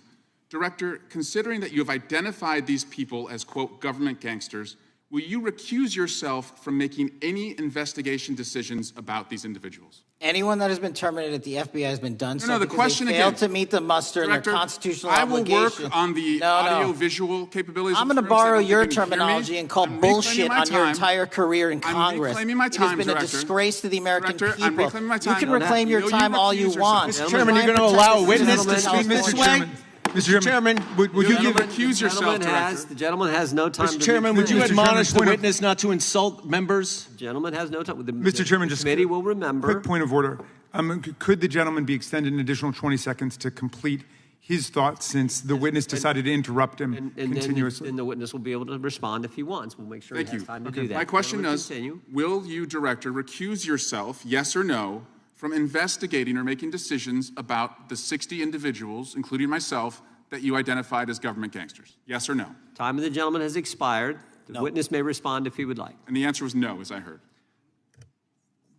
Correct. Okay. The gentleman from Wisconsin, the gentleman yields back. The gentleman from Wisconsin is recognized for 5 minutes. Thank you, Chairman. Thank you, Director Patel, for being here today. I wanted to talk a little bit about the assassination of Charlie Kirk and the FBI's subsequent investigation. I know it's really sensitive, and you can make the call as to whether or not, obviously, it's something that you can respond to, but I think it's still fresh on many people's minds. I want to congratulate you and Utah law enforcement for the work you did in identifying the suspect and apprehending him. According to public reports, and I think this is what maybe it's, I still have questions about, and maybe the public does. According to public reports, the alleged shooter arrives on the Utah Valley University campus nearly 4 hours before the shooting. Was that your understanding? Is that kind of... I'll let the public reports reflect themselves. I don't have the exact timeline. Okay. So we don't have any idea kind of his prep or how he set up or how he utilized that time when he first showed up on campus? All of those are being currently investigated through our cell phone analysis and through our witness interviews. And the state of Utah has now announced charges seeking the death penalty against his suspects. So we're a little limited in what we can continue to say. Sure, I understand. And the suspect, like you referred to, is then captured on security footage jumping off the roof of the alleged shooting location, the Losey Center. Do we have any idea how the suspect got up on the roof in the first place? I think for members of Congress, especially after Butler in Pennsylvania, it's just unimaginable that there could be some type of security breakdown prior to an event of that size where somebody could access a rooftop. So not commenting on the case, but having gone to the crime scene and walked the steps that we believe were taken, the roof was actually readily accessible through an exterior stairwell, so anyone could have gotten on it. Okay. The suspect flees on foot to kind of this wooded area where he drops the rifle, wraps it in a towel, and then proceeds to his staged vehicle and basically drives home. So do we have any idea what the towel was about? Was it used later to identify a place where the firearm was left, or What we can tell you is the towel, there was a screwdriver found on the rooftop, which DNA was collected off of, and the towel was found wrapped around the firearm in question in a wooded area next to the campus. All have been processed for DNA. And then, according to the suspect's roommate, there were allegedly messages on instant messaging platforms, specifically Discord, suggesting the towel may have been used to identify that weapon's location. So the public reports have suggested that the shooter acted alone. Do we still believe that that's true? Do we have any idea as to whether or not those Discord messages led us to believe that the shooter may have had help in any way or assistance? I can only speak to the FBI's investigation, and our investigation is ongoing, and we are interviewing any of those individuals involved in that chat and other individuals in the area. Very good. And so my suggestion, if there are accomplices, I'm sure this is something that the FBI is going to continue to investigate fully and thoroughly into the future. Yes, sir. The reason I ask that is because I don't know that that was necessarily the case with Butler, Pennsylvania. So thank you so much for your persistence kind of in this matter, there's still a lot of public questions that need to be asked. Let me shift to another topic very quickly. On July 31st, 2025, the DOJ and the CIA declassified the annex to Special Counsel John Durham's 2023 report on Operation Crossfire Hurricane. The 29-page Durham Annex contains previously classified information about, among other things, the investigative referral of the Clinton campaign plan. Why would somebody place documents in a burn bag related to this case? That case is very much ongoing, so I can't comment on the stylization of the evidence we're collecting. Can you comment at all on the Durham Annex as I described it? The Durham Annex, which has been publicly released thanks to the FBI's commitment to transparency, is one of the documents that's being utilized. And in general terms, speaking for a burn bag, sir, a burn bag is what you use to put classified documents into generally, because that is literally how you destroy them. So it appears that efforts were made by the Clinton campaign to reach out to the FBI agents or the Clinton sympathizers in the intelligence community in order to lead more credibility to the Clinton campaign plan. Do you think that's an accurate characterization? Again, I'm not going to characterize that material because it's part of an ongoing investigation. Thanks for being here today. I yield back. Gentleman yields back. Gentleman from California is recognized. Thank you, Director Patel, for being here today. The FBI searched Jeffrey Epstein's Manhattan residence, correct? I believe that happened in 2018. I think there was 2 locations, sir. It's 2019, and in that residence, the FBI found a safe, correct? I don't have the catalog of evidence in front of me. In that residence, the FBI found a safe, correct? I'll accept your representation. Okay. And in that safe, the FBI found topless and lewd photographs of girls, correct? Again, sir, I'll accept your representation. I don't know. Thank you. It was all over the media at the time. There's a New York Times article that says Jeffrey Epstein is indicted on sex charges as discovery of nude photos is disclosed, dated July 8th, 2019.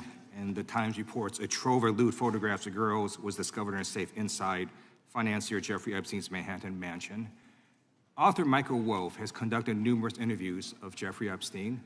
I'm going to play for you a video clip of what Michael Wolff said Epstein told him was in the safe and what he showed the author was in this safe. So let's please play that clip now. Elected. And I was sitting talking to Epstein, and he said, "Wait a minute, I got to show you something." And then he went into his safe, and he came out with photographs. They were Polaroids, I think, and he kind of spread them out like playing cards, and it was Trump.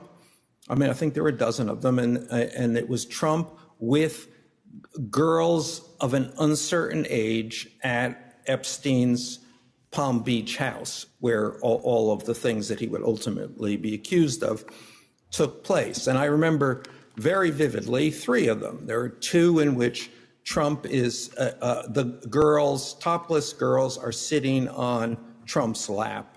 And then a 3rd in which he has a stain on the front of his pants. And the girls are kind of pointing at it, sort of bent over, laughing. So, Director Patel, I'm going to ask you a very broad and general question. As you know, Donald Trump and Jeffrey Epstein were friends. There are, of course, photos showing Donald Trump together with Epstein, correct? I don't have the entirety of the photographs, but I think they've been photographed in public together. All right. Are there any photos showing Donald Trump with girls of an uncertain age? No. How do you know that? Because that information would have been brought to light by multiple administrations and FBI investigators over the course of the last 20 years. Well, you know what? That's just not true, because no one knew about the creepy birthday message that Donald Trump wrote to Jeffrey Epstein until the Wall Street Journal disclosed it, and then all of a sudden, the Epstein estate provides it to Congress. Well, so certainly, you weren't there at the search. You don't know what Epstein may or may not have done with those photographs even prior to the search. Maybe someone has it. Maybe the Epstein estate has it. You raise a great point. So I'm going to ask you, have you asked to talk to Michael Wolff? You raise a great point. I haven't personally asked to talk to Has Michael the FBI Wolff. asked But You the interviewed Michael FBI, I'll get back to you if the FBI So specifically Michael asked has ever. about 100 hours of testimony of Jeffrey Epstein. Wouldn't it be good for the FBI to interview Michael Wolff? I'm not saying they haven't, I just don't know. Has FBI subpoenaed the tapes that Michael Wolff has conducted of Jeffrey Epstein? I don't know. All right, so if you could provide us an answer, that would be terrific.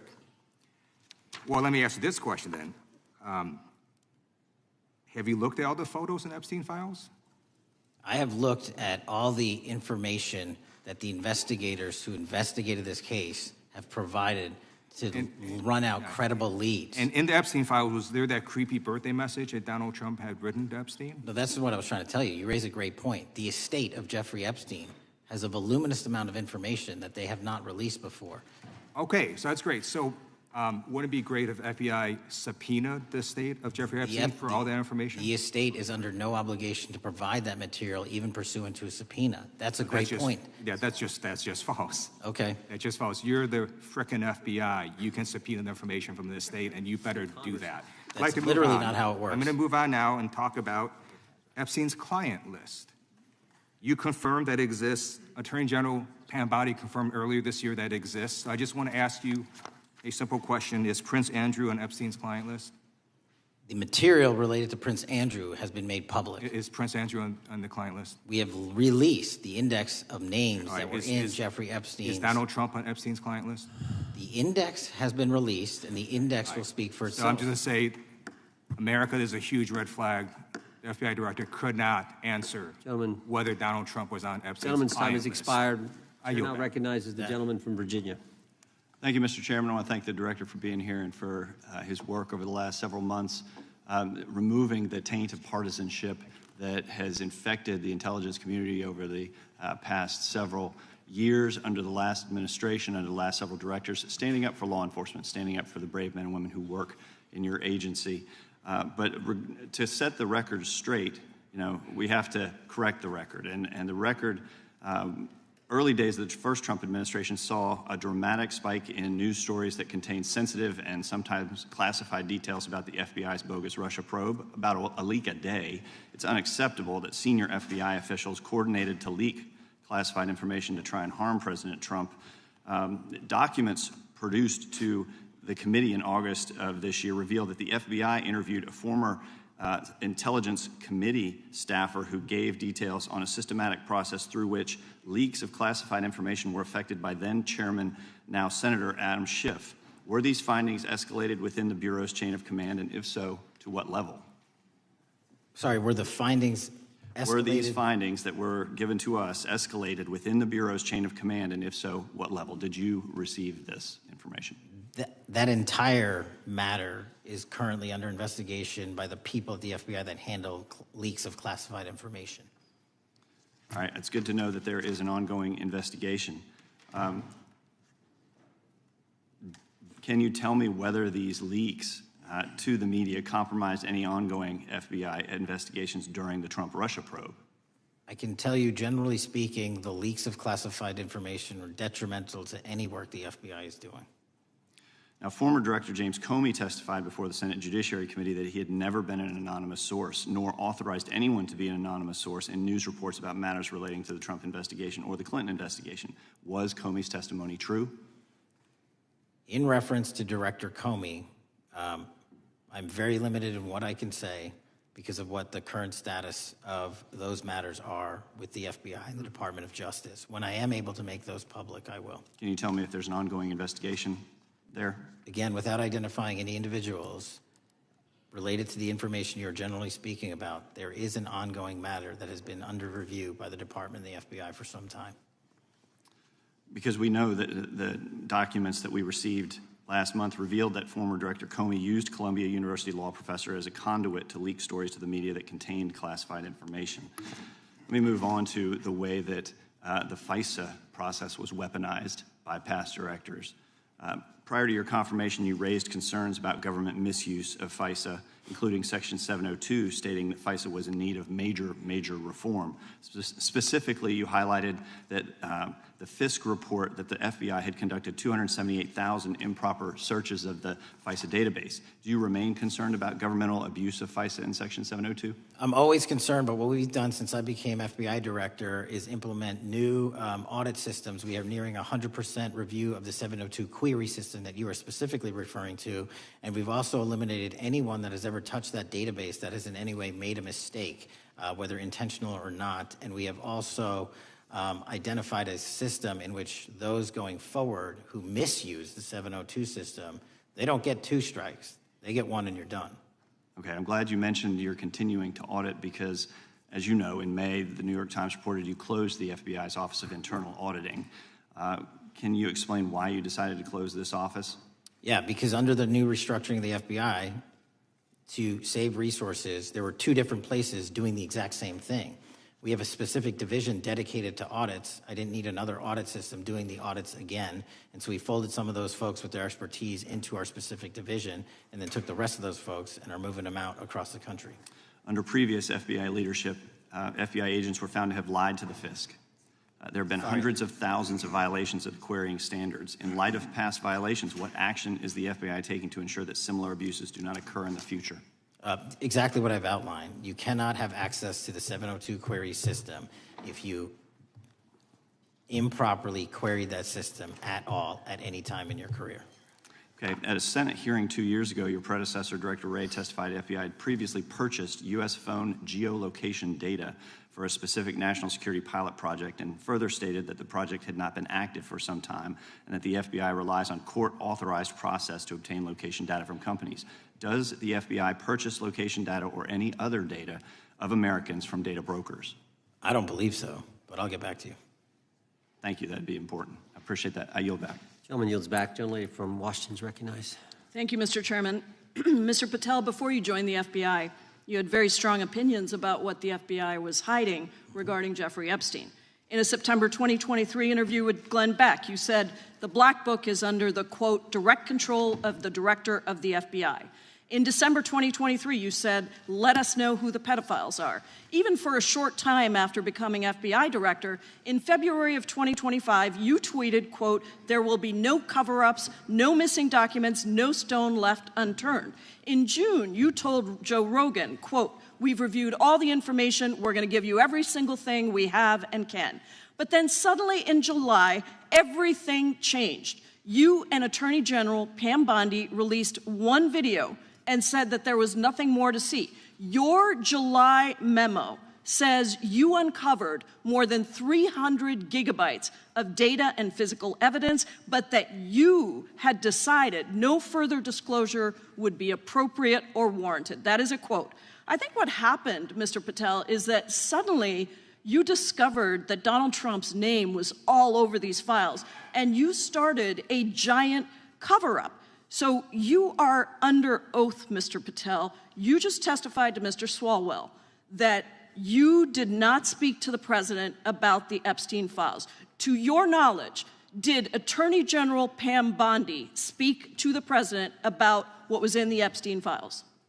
I can't speak for Attorney General Pam Bondi. So to your knowledge, you don't have any information. The question was, do you have any knowledge? Do you have any knowledge? I can't speak. You are refusing to answer the question, so let me tell you that the Wall Street Journal reported that in May, Bondi told Trump that he was in the Epstein files, and at the same meeting said that the DOJ did not plan to release the files.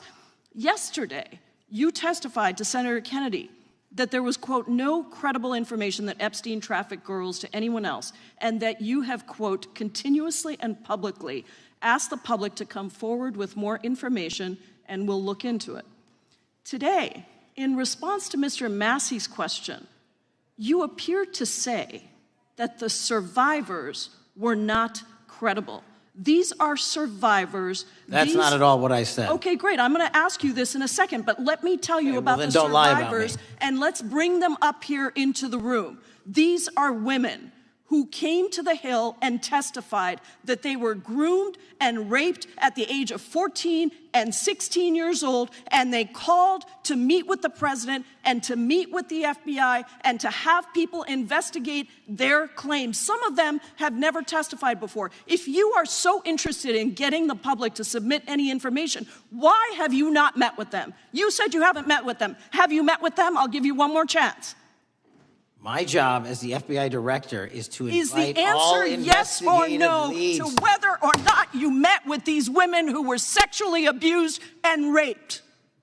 Any insinuation by you or any What people is on the your side that I am not manhunting child predators and sex traffickers, just look at the Mr. stats. Patel, And you talk Mr. about Chairman, cover-ups, man. Mr. Chairman, you this talk is about my time, cover-ups. and I will take as much time as I Where were want. you during the Instruct Obama and witness, Biden Mr. administrations Chairman. when these so-called Instruct the cover-ups were witness. going on? Mr. Why didn't Chairman. anyone in those administrations talk to any of these Mr. purported Chairman. witnesses? Let's I get have some regular order, Mr. every Chairman. single person to provide credible information. Time belongs to the gentlelady from Washington. And I'm but gonna when you- take when another you couple accuse of the minutes. witness of something, he's allowed to respond. That's how it works. You say Listen, something, he didn't you say even, something, excuse me, he's allowed Mr. to Chairman, respond. you have Point always of order. been fair, but I'm- this and is I'm not being fair. fair, and you will get no, your- this you will is get your my time. and he You will give the said gentlelady that the a few witnesses additional were not credible. seconds of time. I'm going to get an additional minute of time because No, that's you'll how get much what, time you he won't took. get a minute. You'll get some seconds. What we think is under 5 minutes. You don't get to demand how Mr. much time you Patel. get. That's not how it works. Mr. Patel, are the victims of the Jeffrey Epstein horrific trafficking ring, are they credible? Any person with information about ongoing sexual trafficking. I'm asking you if they're credible. Ma'am, I'm Are commenting they on the credible? evidence we have. But And we have routinely asked for people to come forward with more evidence, and we will look at it. And the evidence that we have was the same evidence that the Biden and Patel, Obama Justice Departments Mr. had. Patel, And they this is determined, new. not me, they determined that Chairman, information was not Mr. credible. Chairman, he's not letting me even ask my questions. You This is ask the ridiculous. questions, he gives an answer. You may not like what he says, but that I'm doesn't mean you get to asking, he's not interrupt answering him. my question. Mr. Chairman, could we restore the gentlelady 45 seconds so she can We will give complete her her question? additional 30 seconds, which is what I said I'm earlier. going to keep taking my time No, because you'll here's take the time thing. that you get. You get are 30 not seconds. answering the question. The question I is, have. You just don't like the these answer. Are these women credible? It's a yes or no answer. I have answered the question. Well, and I what is keep the telling answer? you, I'm the only FBI director that has welcomed new information in this case. This You're not- administration is the only one that has welcomed any new information in this Is there case. a yes or no to whether Present the new victims credible are information. credible? Present new Are information. the victims credible or not? I'll tell you what happened in the last Trump Are they administration. credible or not? You can't even Victims say. credibly came forward, and you know what happened? President Trump authorized the indictments of President Jeffrey Trump Epstein, called not them Biden, a hoax. not Obama, President Trump no one called else. the entire thing a Democratic hoax. So I would like to ask The you gentlelady's if time has you expired. will I gave her meet- the additional if 45 you- seconds she if you requested. will The meet- gentlelady yields back. The gentleman from Mr. New Chairman, Jersey is I would like recognized to for his ask if 5 you would minutes. meet with the women who were sexually time does not abused belong- and raped and time groomed does at not the belong ages to the of gentlelady from 14 Washington. and The time now 16 belongs- years old. Are the you time- going to cover up? No, I'm Are not you gonna- going to I'm continue gonna to recognize cover the up gentleman for from the New Jersey rich for and his 5 minutes. powerful men, including those that might be on this committee? I can yell Or too, are Mr. you Chairman, going but I don't want to yell allow above them this. to The time belongs testify? to the gentleman from New Jersey. I Are you appreciate going the to allow gentlelady them to yielding testify, back. Mr. Patel? Go ahead. Will Mr. you Angelo. allow them to testify to you, Mr. Patel, Mr. Patel, thank you for being here. I know it's been an interesting and difficult 2 days. And I wasn't going to talk about the Epstein thing because there's a lot of other issues that affect the FBI, but I have to say a few words. I've sat here, I've listened to this, I've watched it, and you know, my Democratic colleagues are so concerned now, Mr. Patel, all of a sudden. Where were they last year? Where were they the year before? Where were they the year before that? Where was the last president in any of this? Well, all I know, the only thing I see is a single letter from the ranking member that was sent in 2019 that he didn't like the plea deal, and some people signed on to that. Most of the truth, the real truth, let's be honest, let's be intellectually honest. The real truth is we didn't hear from them at all. anybody of them. Hardly any of them ever mentioned it. Some of them didn't mention it at all until the beginning of this year. Earlier in the year it started. Not one Democrat asked Director Wray. We all remember Director Wray was here. Not once, not twice, multiple times. Nobody asked Director Wray about Epstein before this committee. Nobody was that concerned. Where was the concern for the victims then? Where was the moral righteousness then? Where was the outrage then? Where was the sense of duty then? Where was the desire for accountability then? Where was the urgency for justice then? Most of all, where the hell was the integrity then? You know what the truth is. Let's just say it, man. Tell the truth time. The truth is, it's politically useful for them to try to do this now, even though they didn't give a damn about it in the past. And you know what? That's an insult to the victims, and that's an insult to America. Continue to do the work you're doing. Continue to uncover what needs to be uncovered.